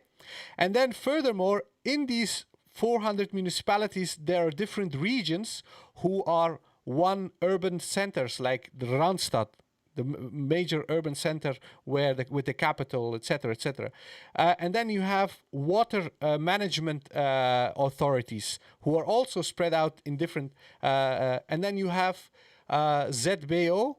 Basically, ZBO in the Netherlands, what they mean is that it's a government authority, but it's not part of a ministry, and it's also not part of a local government. So all of these things exist in this very small, tiny country of the Netherlands, and all these different levels of government have their own authority. They have their own laws. They have their own governance systems, but they all function as one state, one government, okay? One currency runs through this country, and the police, whether you are from this area or that area, if you commit a crime, the police will treat you as a criminal and arrest you.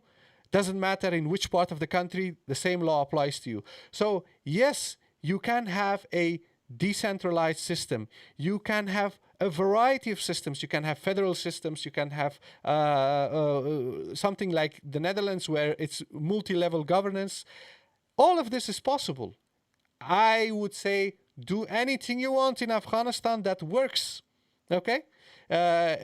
If we have different levels of governance, small units of governance, it would be actually very effective and efficient. But saying that, this argument needs to be an academic argument presented by people who have actually thought about governance, and they're not criminals, warlords, thugs, people who smuggled millions of dollars to Dubai, people who participated in civil war, people who are stoking ethnic conflict. When it comes from those people, even if the argument in itself is a good argument to decentralize the system, you have to be very critical and bring in ethnicity into this again. I know it's very convenient for people to do that, but you have to really listen to what we are saying here. It's very easy to say, oh, this is a Pashtun-centric argument. Please listen to our show, read our articles. If that's what you have understood from all the content that we put out, I can't defend myself. We can't do anything. But basically, our arguments are not that shallow. Yeah, and I mean, let's do a theoretical Sangar, okay? Kandahar contributes, which is more populous than Panjshir, by the way. I'd probably say about 10 times more populous than Panjshir. How would you react to this, Sangar? Kandahar has its own government. Officials are exclusively appointed by the Karzai clan, right? And it also controls 30% of the seats in Kabul, of the seats of government in Kabul, because of traditional Durrani privileges. What does that? Oh, and they have their own private army in Kandahar. And you can only you can travel to Kandahar without going through customs or anything. Nobody's getting checked. So let's take all of the emotions that we have. Let's say if we view Ahmad Shah Massoud as a good man, and we sort of look at his son as, romantically. Let's take all of those notions away. We're talking about Kandahar, which is 10 times more populous than Panjshir. Yeah. Someone is going to say that's a racist statement. It's not. It's basic maths. Kandahar is more populous than Panjshir, and throughout this history of Afghanistan, it's played a larger role as a center of gravity for power. Kandahar controls 30% of the seats of the government in Kabul, has its own private army, and has its own basic government. What kind of zoo would that look like? And what would other people in Afghanistan say. Exactly. Let's just not even talk about other ethnic groups. People around Kandahar, other How would the Pashtuns. Paktiawal feel about that? Yeah. How would the Paktiawal feel about Kandaris getting so much privileges? Like Exactly. that doesn't make any sense. And if we're sort of doing this because if the argument is, well, Ahmad Massoud's father was a great man and this organization have a history, okay, so do the Karzai clan. Traditional Durrani privileges going back to 1747. Would the same argument not apply? Of course it would. But the end result was that it would look like a zoo, quite frankly. Yeah. So this isn't you can't really, beyond arguments about public administration and public policy and how to administer government, these are really difficult topics, and these are disciplines into which you could go based on anthropological, sociological studies of who you're actually attempting to govern. But you can't govern properly, whether centralized or decentralized, when these are the people that will be staffing it. And look, I mean, it's very obvious in the 1980s, and I pointed this out in the article on Anas Haqqani. Hizb Islami, Jamiat Islami, Ittihad Islami were seen as the radicals, right? These guys were the most inflexible, intransigent political parties that were seen as basically trying to erode the Afghan social fabric, right, in favor of being inspired by Sayyid Qutb and doing it from the top down. The same people now are basically encouraging ethnic warfare. So what does that tell you? Is it not better that we, as people belonging to a variety of different ethnicities, is it not better that we identify with those ethnicities without necessarily having to defend or feel like every single one of our political leaders is somehow on a, right or wrong? I'm a Pashtun. I'm from Kandahar. Is it going to mean that I defend everything Karzai and Gulbuddin and the Taliban do purely because they're from the same ethnicity as me?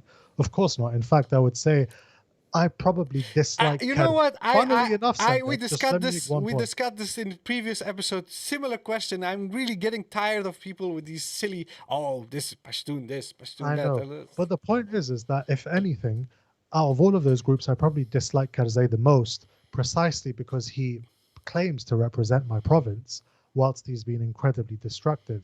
Yeah. But let's yeah, move there's on. a question. There's a Oh, super chat. There's a super chat. Okay, let's move on. So there are two super chats. Mr. Morris, $5. Do the Taliban value private gun ownership amongst individual citizens? I know the previous Afghan government had gun laws, but they were ineffective. What do you say, Sangar? When the Taliban were in power in the 1990s, they disarmed everything. Okay? So they don't believe in the Second Amendment? No. Okay. Now, so Prince I Malik, don't know. I don't know what they will decide, okay? I don't know what they will decide eventually. But when they were in power 20 years ago, they disarmed everyone.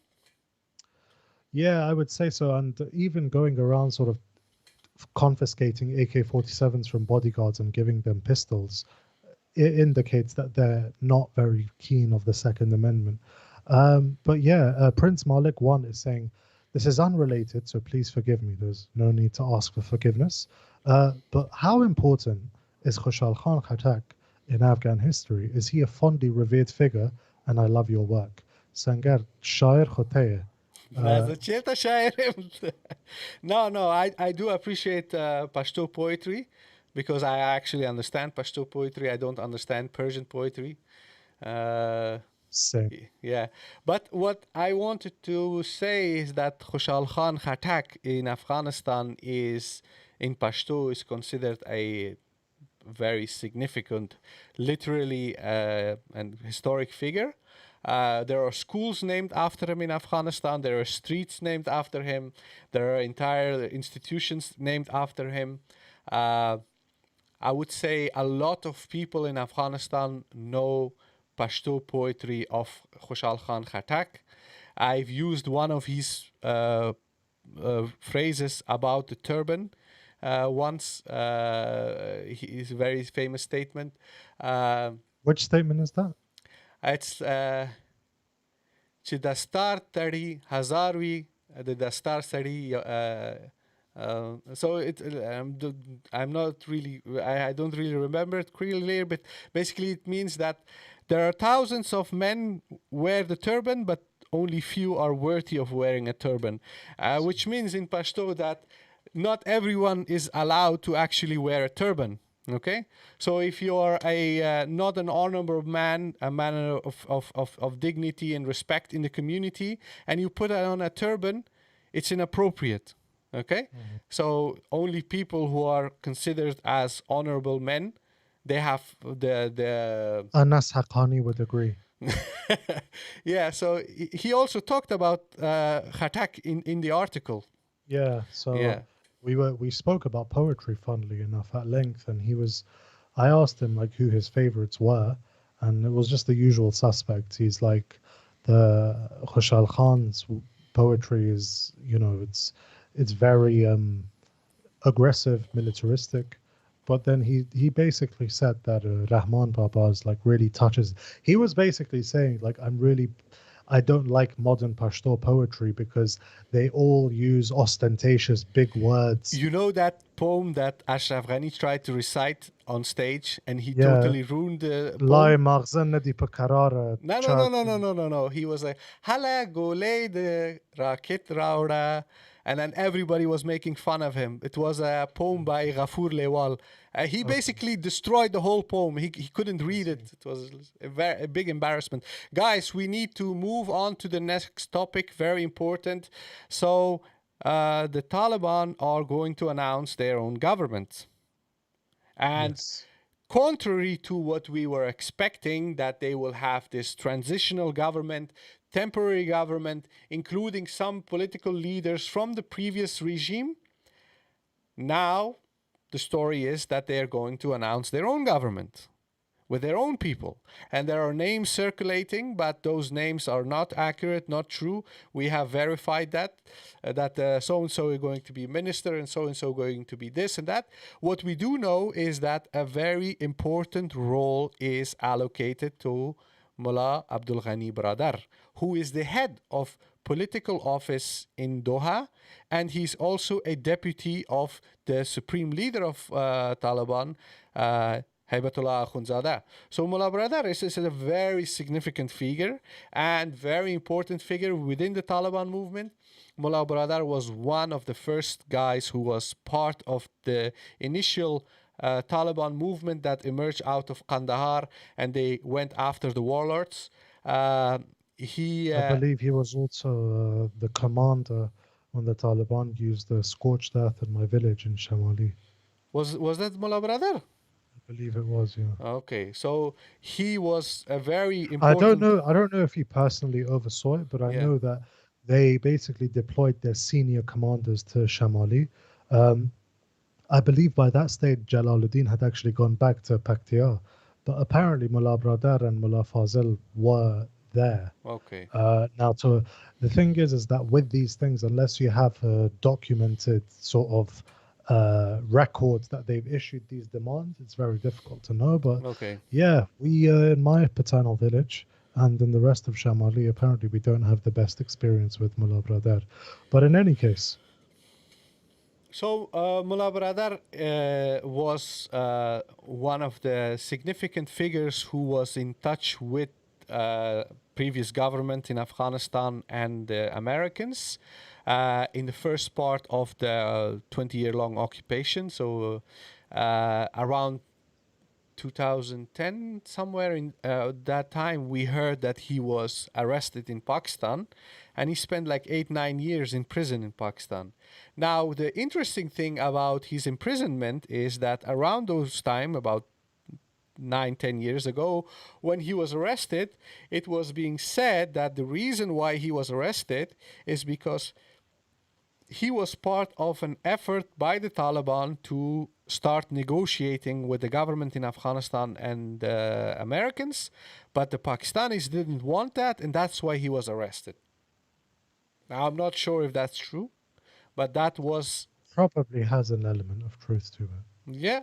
Okay, so he was arrested, and he was in prison in Pakistan, but then His orange magnificence, Donald Trump, became the president of United States, and he wanted to defeat Taliban very quickly. He hired Mad Dog Mattis for the job and General McMaster, and these guys were supposed to help him defeat the Taliban. And when that failed, he said, okay, if we can't defeat them, let's negotiate with them. So that's when, around 2018, the negotiation between the Taliban and the United States started. And because the Americans wanted to negotiate with the Taliban, they demanded from the Pakistanis that they should release Mullah Bradar. And that's how he was released. So this says quite a lot about how much influence America has on Pakistan. Well, I mean, when push comes to shove, and Yeah. this is actually what fuels a lot of Afghan conspiracy theories. A lot of them believe that there's a Pakistani-American plot to basically dominate and dismember Afghanistan, and the way they see it is, well, the Americans, of course, they can pressure Pakistan. They just choose not to do it because they're both in a plot together to destroy us, right? But it does show the amount of pressure that the Americans can put on Pakistan. But Mullah Bradar, I think it's important to say that he was basically the linchpin for the establishment of the insurgency in the years 2003, 2004. You know what, Sangat? I've been doing a lot of reading recently. I was on a plane and I read a book. I'm not going to mention the book because I'm going to do some more readings. But you know, this idea that it was all good until we invaded Iraq and bang, then the Taliban came. And if we never invaded Iraq, everything would have been okay.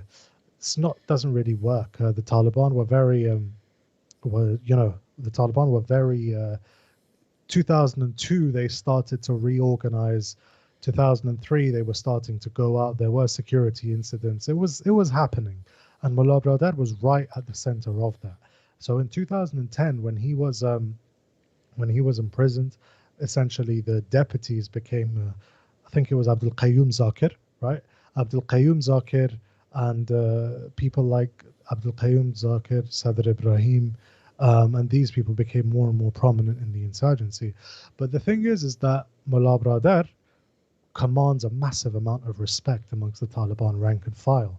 Now, we spoke about, if you remember, Sangar, we spoke about Western experts.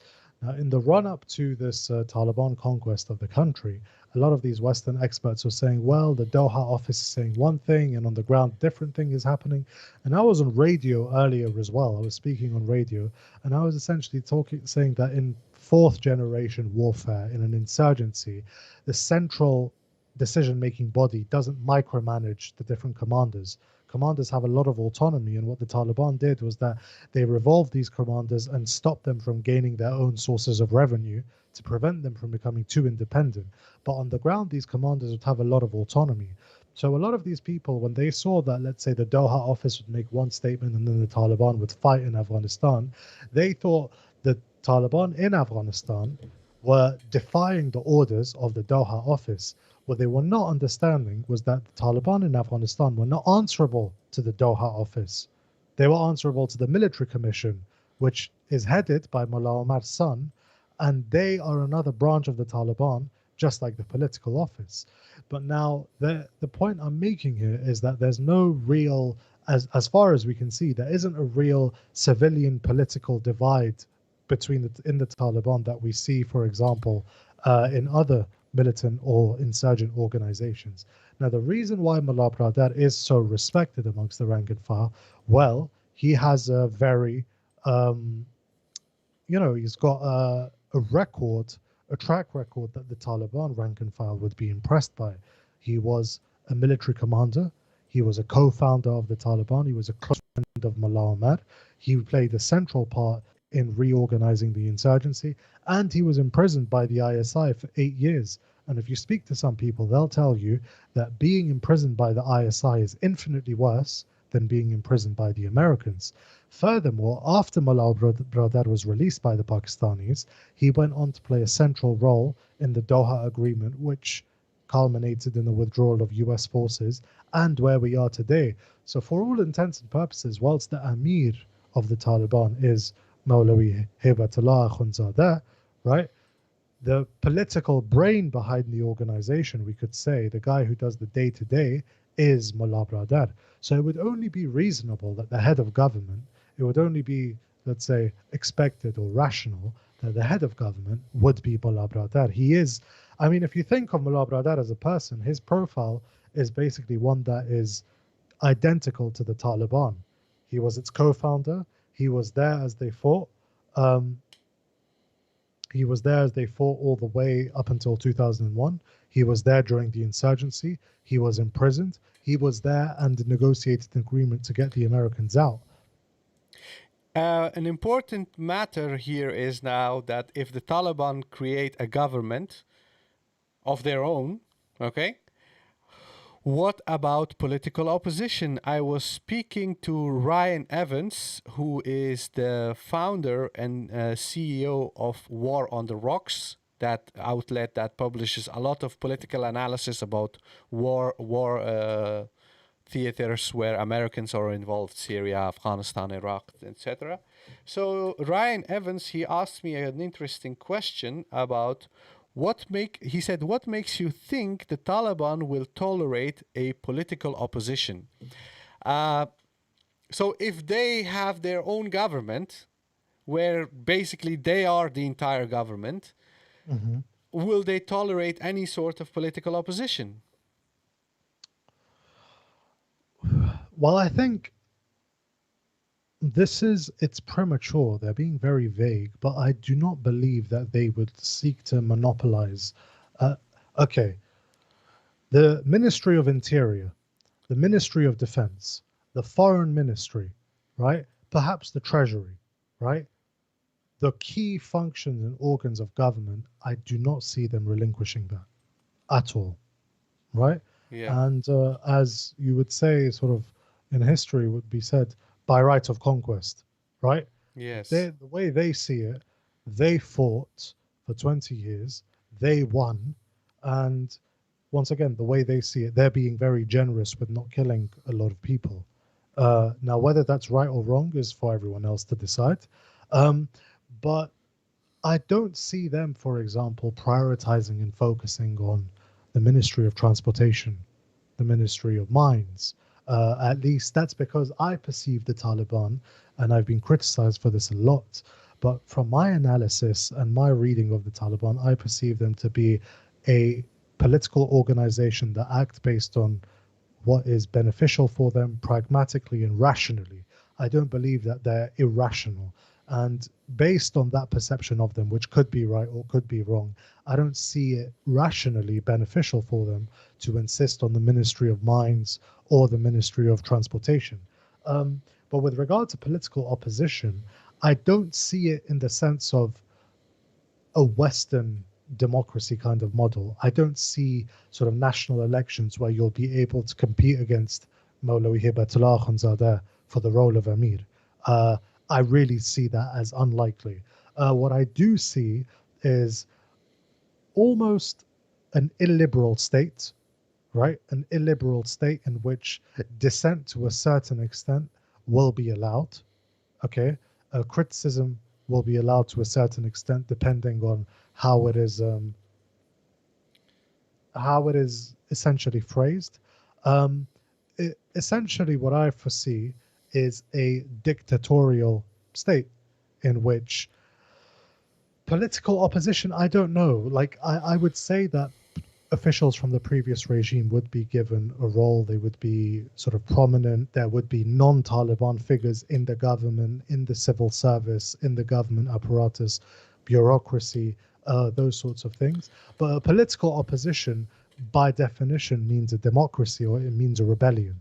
And I don't see a rebellion is that something that they would tolerate, or a democracy being something that they tolerate. Speaking of that, I just wanted to show you guys a news story. So this is General Khushal Sadat of the previous regime. He has said that basically, I'm going to read, and Walid, you can translate. د کورنیو چارو پخوانی امنیتي مرستیال جنرال خوشحال سعادت له طالبانو سره می خبرې کړې دي که هغوی ملي سرود، ملي بیرغ، د ښځو حقوق، نه د ښځو حقونه او د خلکو خصوصي حریم ته درناوی وکړي، بیرته هیواد ته ستنېږم. له نوي حکومت ملاتړ اعلانوم او د افغانستان هوایي او ځانګړي ځواکونه بیرته پر پښو دروم.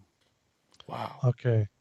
So the former deputy to the Ministry of Interior Affairs, General Khoshal Sadat, has said, I have spoken to the Taliban. If they preserve the national anthem, the national flag, women's rights, people's personal people's liberties, if they respect and preserve them, I will once again return to the country. I will announce my support for the new government and the Afghanistan Hawaii او ځانګړي ځواکونه بیرته پر پښو دروم. And I will also make the Afghan Air Force and Special Forces once again stand on their feet, basically set them up once again. Okay. What's your first reaction to this? Not surprised. Okay. Really and truly not surprised, but I do believe this is what he offers, his offer. I mean, look, Can his he, military record wasn't the best. But I believe that we're in a situation where any and every bit of expertise is something that we should exploit and take advantage of. So So speaking of political opposition, this is a clear example of someone who is politically opposed to the Taliban, and he is offering. But then he's basically saying, "I'm not going to be politically opposed to you anymore." When we talk about political opposition, we view it in the paradigm within which we grew up, right? Britain right now is ruled by the Conservative Party. The political opposition is the Labour Party, the SNP, the Liberal Democrats, the Green Party, so on and so forth.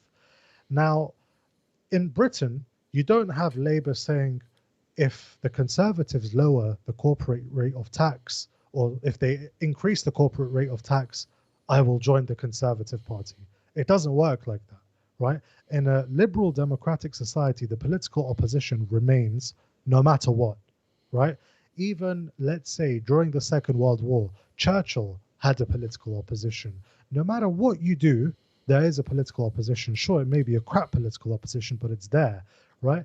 Now, that is, let's say, a benefit and a drawback of democracy, because the national interest, let's say, isn't really followed. Partisan policies are always given priorities, right? At the same time, we could say it helps the government to remain, let's say, vigilant and accountable. Wouldn't you agree? But that's not what's happening here. Khoshal Sadat is not saying, I will form my own party and call the Taliban to account forever. He's saying, no, if you guys do this, I'll basically join you, right? Yeah. So he's basically saying, if you give me what I want, I'll forfeit my political opposition to you. And that is something that I would say Afghanistan will see more and more of. Yeah. Right? I'll abandon my opposition. Yeah. So, in my personal opinion, okay, apart from everything else, I think Taliban need to allow political opposition. Mhm. Okay, because the Taliban movement are not representing the entire country. They are not seen favorable by the whole society. They also stand for values, beliefs, practices that are not universal. They're not even accepted by all people in Afghanistan. Like people in Kabul, they have totally different value system than before. Like for example, people from Logar, which is bordering Kabul. So for that reason, in a society, if you want to prevent conflict, if you want to prevent people from feeling like they are being totally colonized or oppressed by an outsider, even though it's from their own country. You need to allow them to have a way how to vent their opposition to you. Uh, you need to allow people to have a say in the decision making. When you decide about people's life and their future, how they will be governed and everything, you need to give people some sort of outlet where they can be part of governance and the civil discourse and what is also called the public sphere by Habermas. If you need that, obviously I don't believe that the democratic system is ideal and the perfect and every country in the world needs to be exactly the same. But I do think in order to have some sort of stability and some sort of sense that we are all part of this system, part of this governance, you need to allow people to express their criticism and say what they want. And if Taliban cannot deliver that to people in Afghanistan, this will be cause for more instability and conflict in Afghanistan.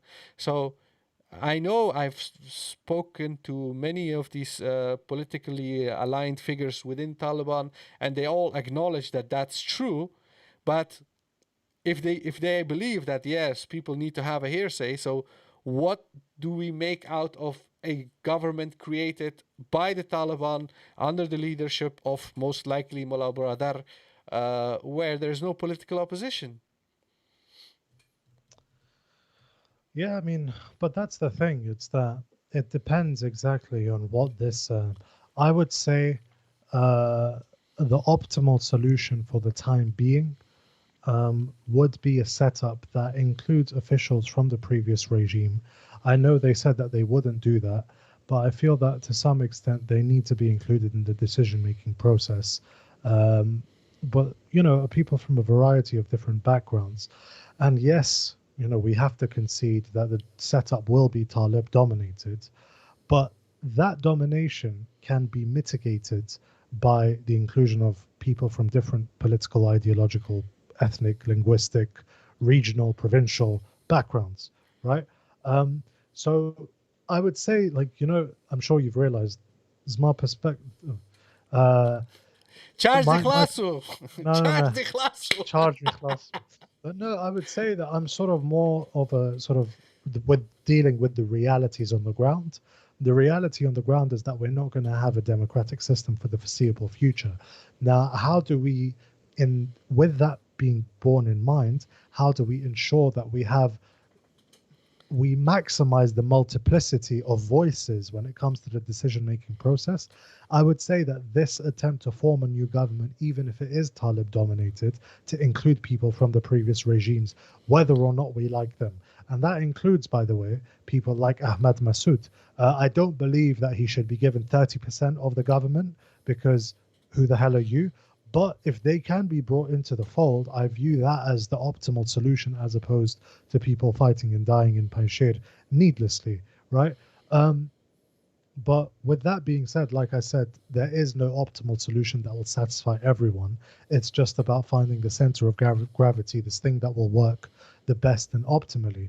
And I would hope that we don't go to an entirely Talib dominated government.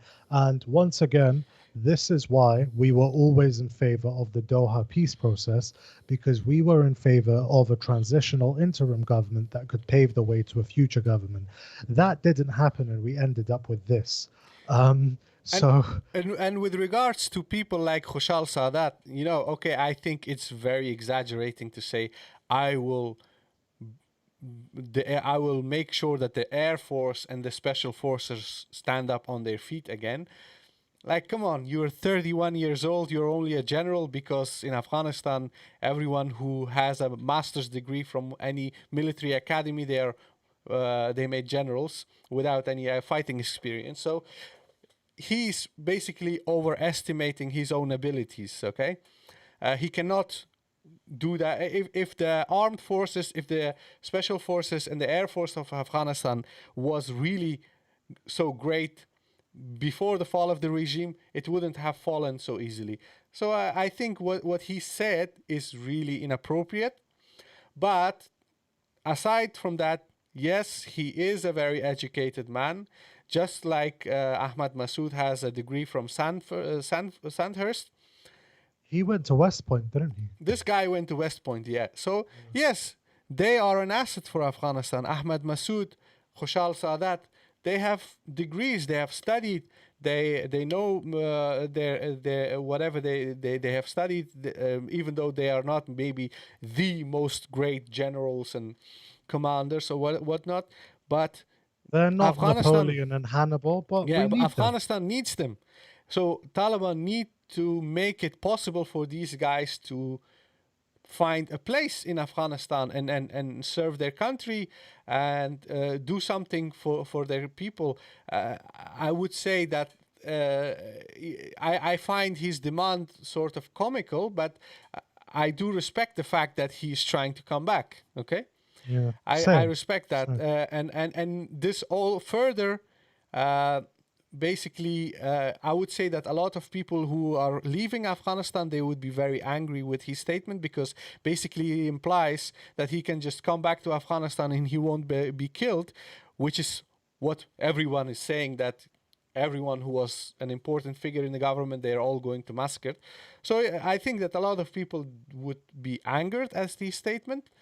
But I say, you know what, if this guy can go back and serve his country, and if Taliban make it possible for him to be part of the system, you know, at the end of the day, in Afghanistan, everyone is guilty. Everyone has done something. You know, he was also someone who fought. So let him try. Give this man a chance. Just before we go and wrap this up, Sanger, I've got a question. About Uyghurs. No, R9 Min is saying you guys have a complete blind eye talking about who are Saleh and Massoud representing. But what the F did the Taliban represent? How would you answer that? Yeah, great question. Taliban have never received any votes from anyone. There were no elections. Who really? Who? Yeah, that is the case. But Yeah. do you know what my answer would be? If the claim is that, I mean, you could say, fair enough, the Taliban don't represent everyone, but they, right of conquest, they took the country in 11 days. But then you could say, on the other hand, right, you could say, well, why do we just reward people who use violence? And it's a good question, right? But then we also have to bear in mind, Sankar, well, the previous regime, including people like Saleh and Massoud, were also put in place based on violence. So the question isn't that we think that Saleh and Massoud don't represent anyone. We do. We spoke about it, Jamiat-e-Islami, or a certain subsection of Jamiat-e-Islami. But if the argument is that they represent all Tajiks, it's as flawed as saying that the Taliban represent all Pashtuns, even if they present themselves as such. So the bottom line is that both Saleh Massoud on the one hand and the Taliban on the other hand represent different constituencies in Afghan society that have at various points in history gained power militarily through violence. But it's just the ethnicization of the conflict that we are more interested in critiquing. Would you agree or disagree, Sengar? I would agree, and I would also say that in every country where there is war, you have a political opposition, or you have an insurgency, and that insurgency relies heavily on people. Without people, they cannot function, they cannot operate, they cannot recruit people. The fact that Taliban have managed to basically conquer the whole country in 10 days with very few fighting, it means that a lot of people do trust them, do accept them and respect them as a legitimate political entity. So for that reason, yes, they do represent a lot of people, and they have a broad support base in rural Afghanistan. That's why they managed to take the whole country in 10 days, even though the previous regime had great generals and magnificent people like Khushal Sadat. But yeah, those are the facts. MKW is saying no. You are saying they represent Tajiks. You are making their arguments for the sake of your own ones. I wouldn't say that I'm saying they represent Tajiks. I'm pretty certain that they don't. I always have said that. However, on the basis of letters, do you think we should send that message in, Sangar? Do you think it looks credible? Jawed Koistani is someone who served as a political analyst in the last couple of years. He had some insignificant government roles. He was in the armed forces, and Is he was prominent right now?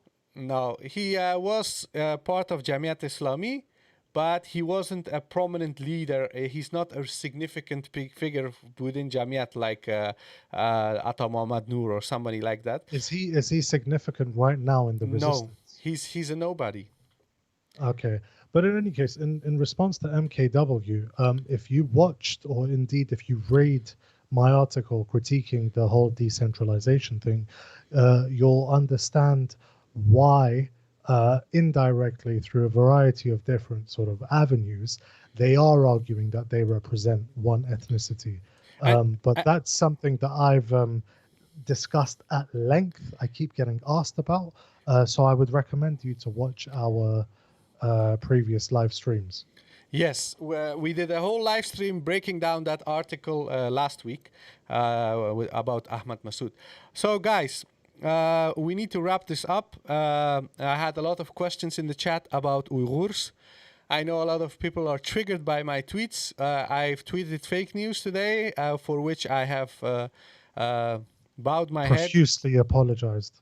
Yes, but I will not retract anything I said with regards to Uyghurs. Why? Because one, the Taliban as a government claim to be Islamic.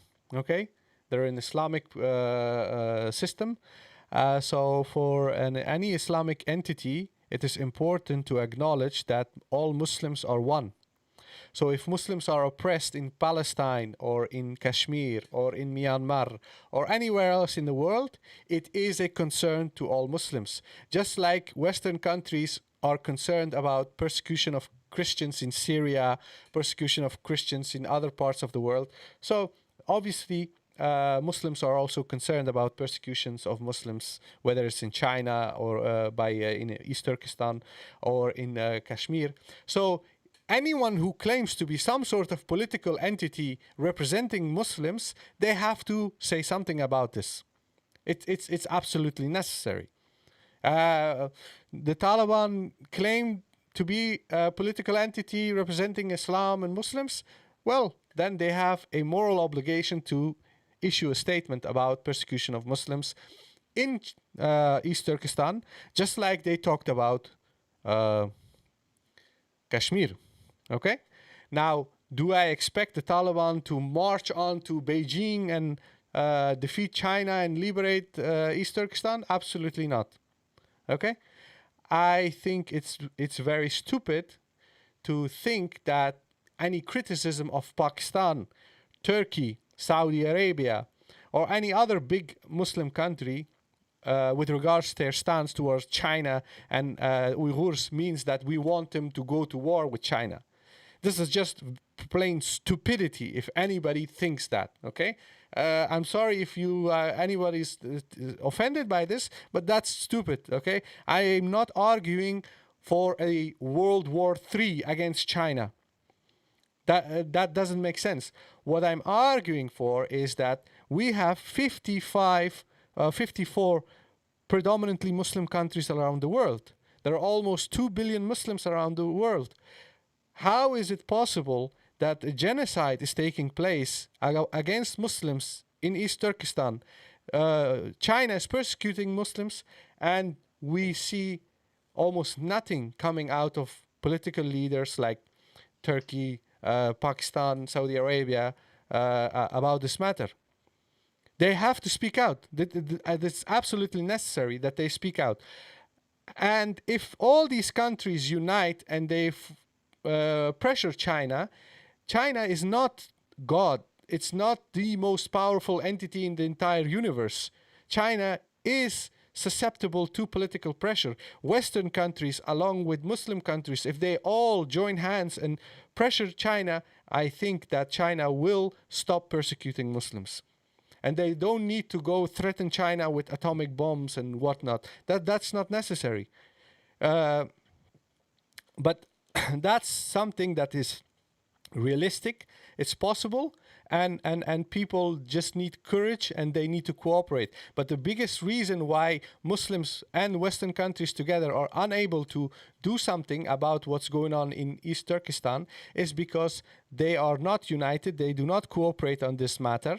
And that's why nothing is happening. Now, are Taliban are capable of changing anything about that? Absolutely not.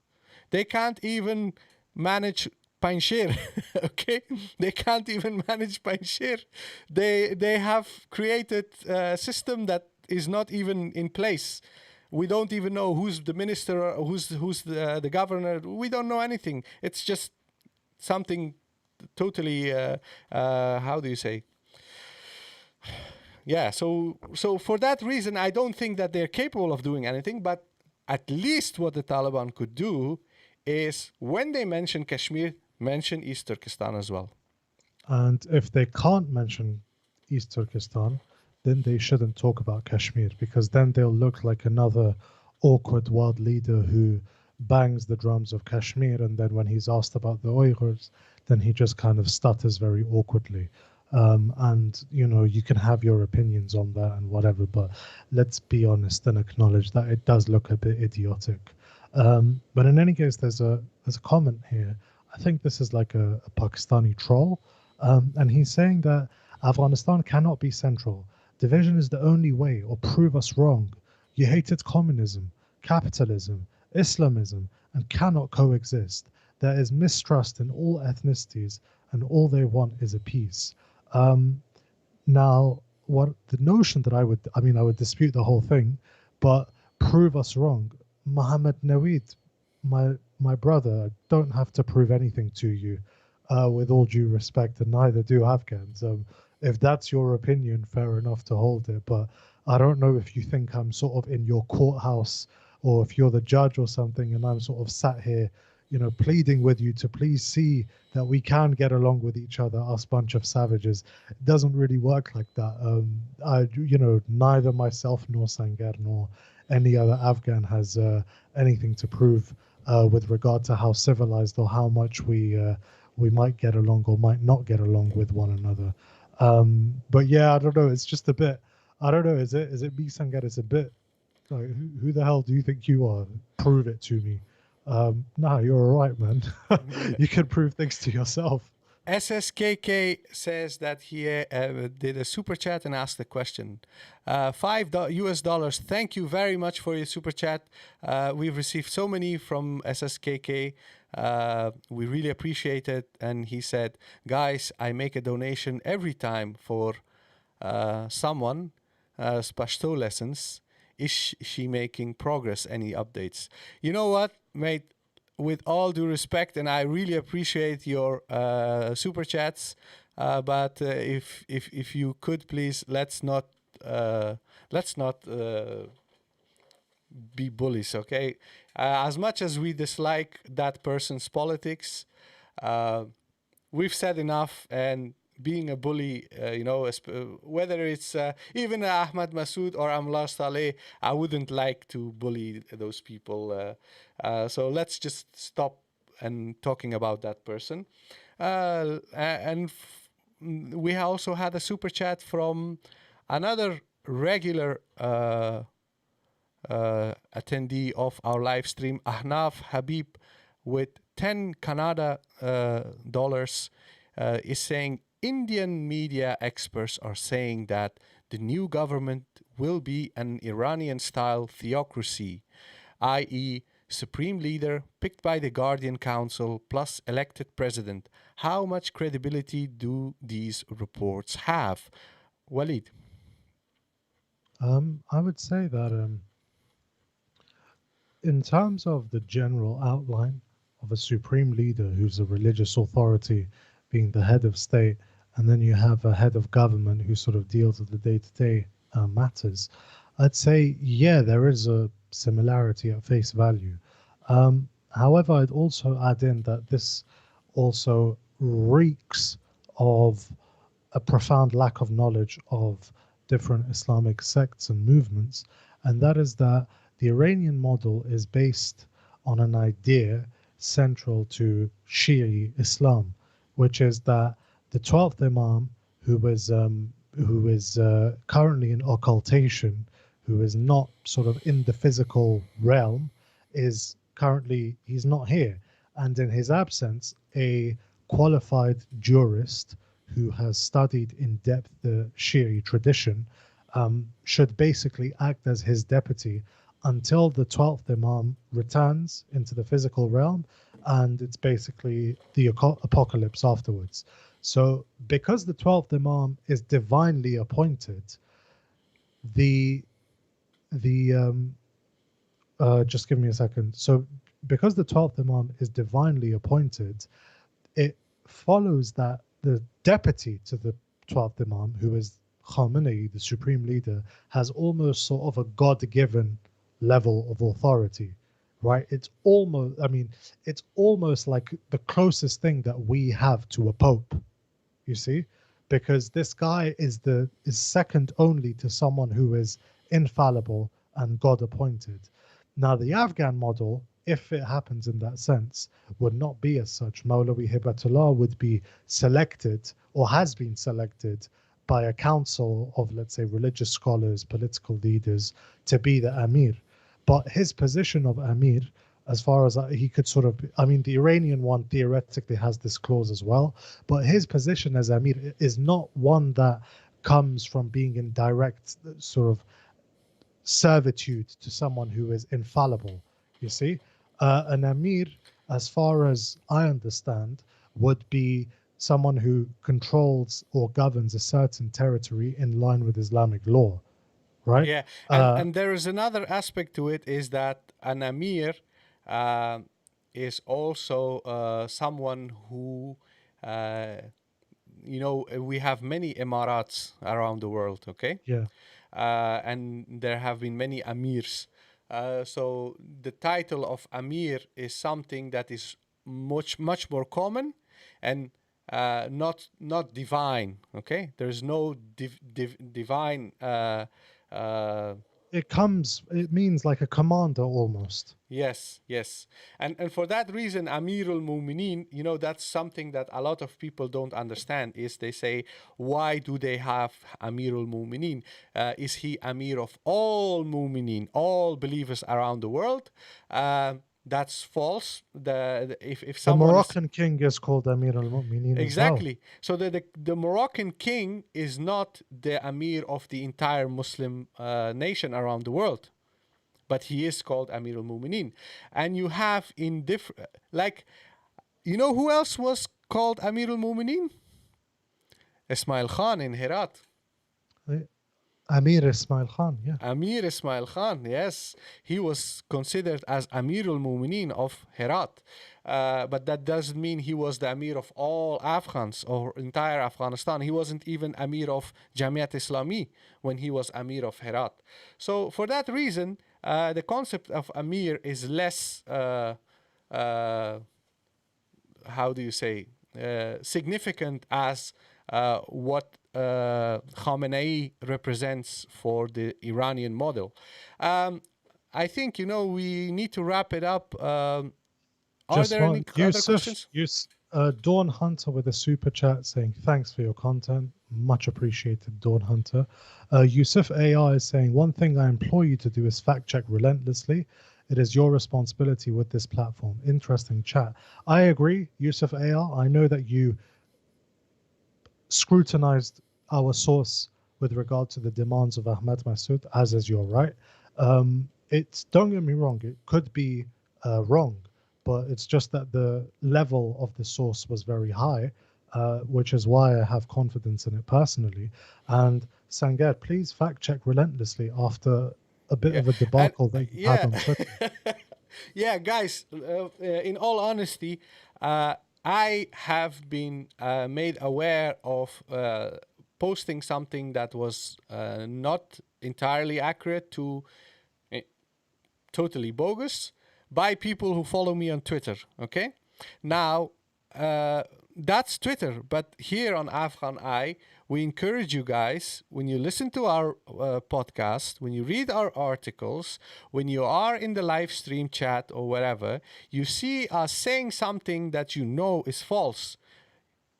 Point out what is incorrect. We will rectify that.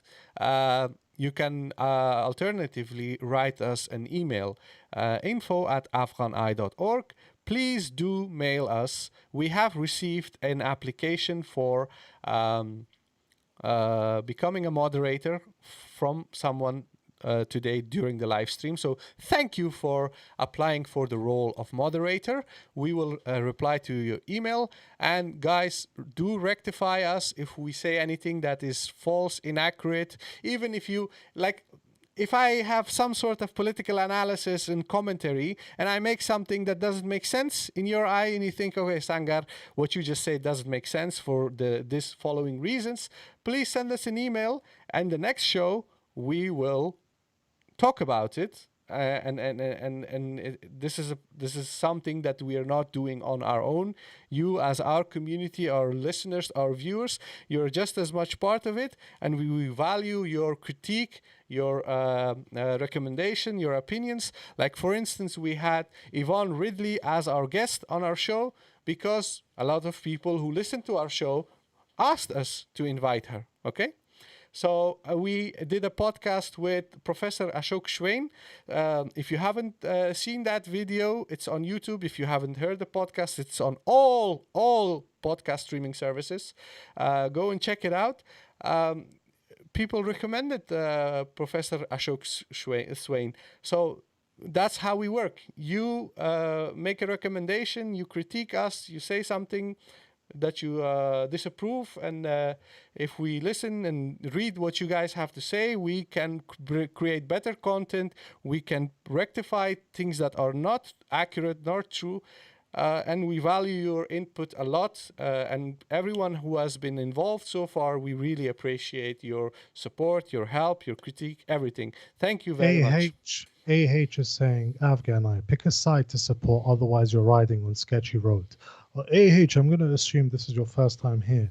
We're actually not affiliated with any political party. We're independent. We're not backed by any large organization.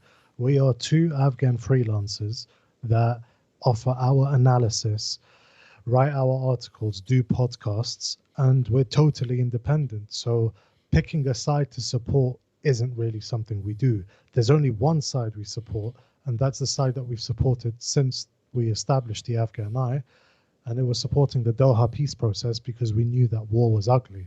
Other than that, if you're watching our content expecting us to make wholesale vilification of one side and wholesale praise of the other, then I'm afraid you're at the wrong place, and you should probably watch Yalda Hakim or Al-Imara or Manba al-Jihad, depending on where your allegiances lie. But if you're sort of expecting... You equated Yalda Hakim with Manba al-Jihad.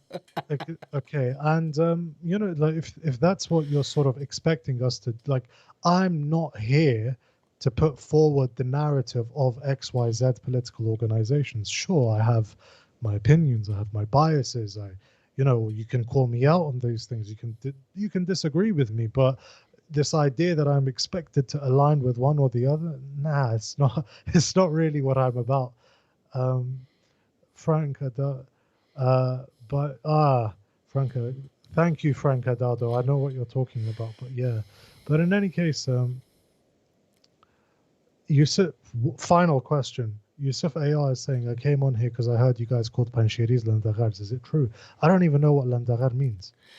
Okay, Landaghar basically is colloquial in Kabul, especially Landaghar are guys who wear really messed up clothes and they're very vulgar and people who cause nuisance in public.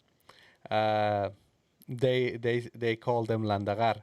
And the reason why Landaghar is often used is because in Kabul, every year during the annual Masood Day, on 9th of September, there were parades in Kabul with armed gangs associated with Jamiat Islami. They would shoot their guns, they would harass people, they would even beat up people on the streets, and they would damage public property. And in Kabul, people say this is Landagar behavior, okay? So that's why when people say Landagarism, they refer to that behavior, which became sort of synonymous with gangs associated with Jamiat Islami. And that's why people think that everyone, when they say Landagar, they mean everyone from Panjshir. But the other militias in other parts of the country were also called Landagar, like Abdul Razak Achekzai's militias in Kandahar. People would also say these guys are Pilots as well. Pilots, yeah, bare feet. But that has another history. But anyways, it's not something entirely exclusive to Panjshiris. But they are also the gangs associated with Jamiat Islami are called Landagar. But that doesn't mean that it is something exclusively for them. Anyways, guys, we need to wrap this up. It's getting really late. Every time we do a live show, I need hours to then relax and then fall asleep. I can't fall asleep when we do these long shows. So thank you, everyone, for your attendance. Thank you very much for your super chats. Thank you very much for being part of the AFGHANEYE community, your contribution as our viewers and listeners, your subscriptions.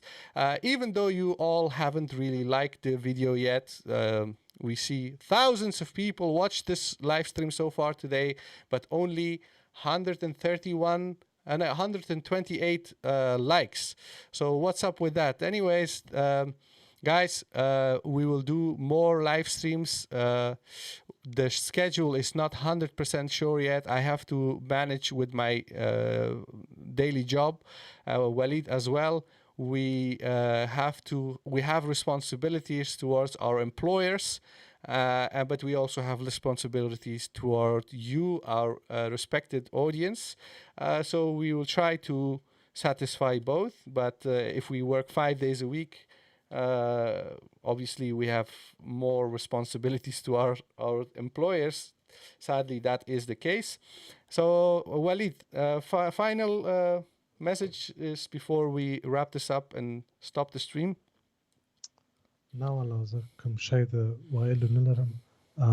but yeah, guys, just to add on to what Sangar said about having responsibilities to our employers, if we didn't have responsibilities to our employers, imagine how much more content we could create, right? And if you like our content, perhaps, and you want us to do this more often, and you've been one of the people that have been messaging myself and Sangar asking where we've been over the last few days, would you want us to be able to do this full time? Well, if you do, you could start off with very simple steps. You could like the video, you could subscribe to our channel, you could share our video on social media, and through that, if we get exposed to more and more people, we may be able to get to the level where we could actually quit our daytime jobs and offer a much higher level of content than we do at the moment.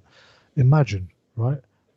But yeah, if you do agree with that cause of our independent and unaffiliated media platform that serves to provide a counter narrative and move beyond the binaries that Western media like to portray Afghanistan, even if you disagree with us, you could agree with our cause.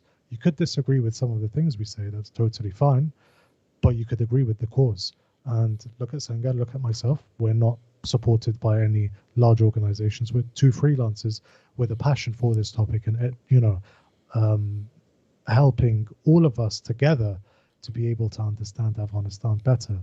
So, that's about all. And thank you very much to everyone that has joined us.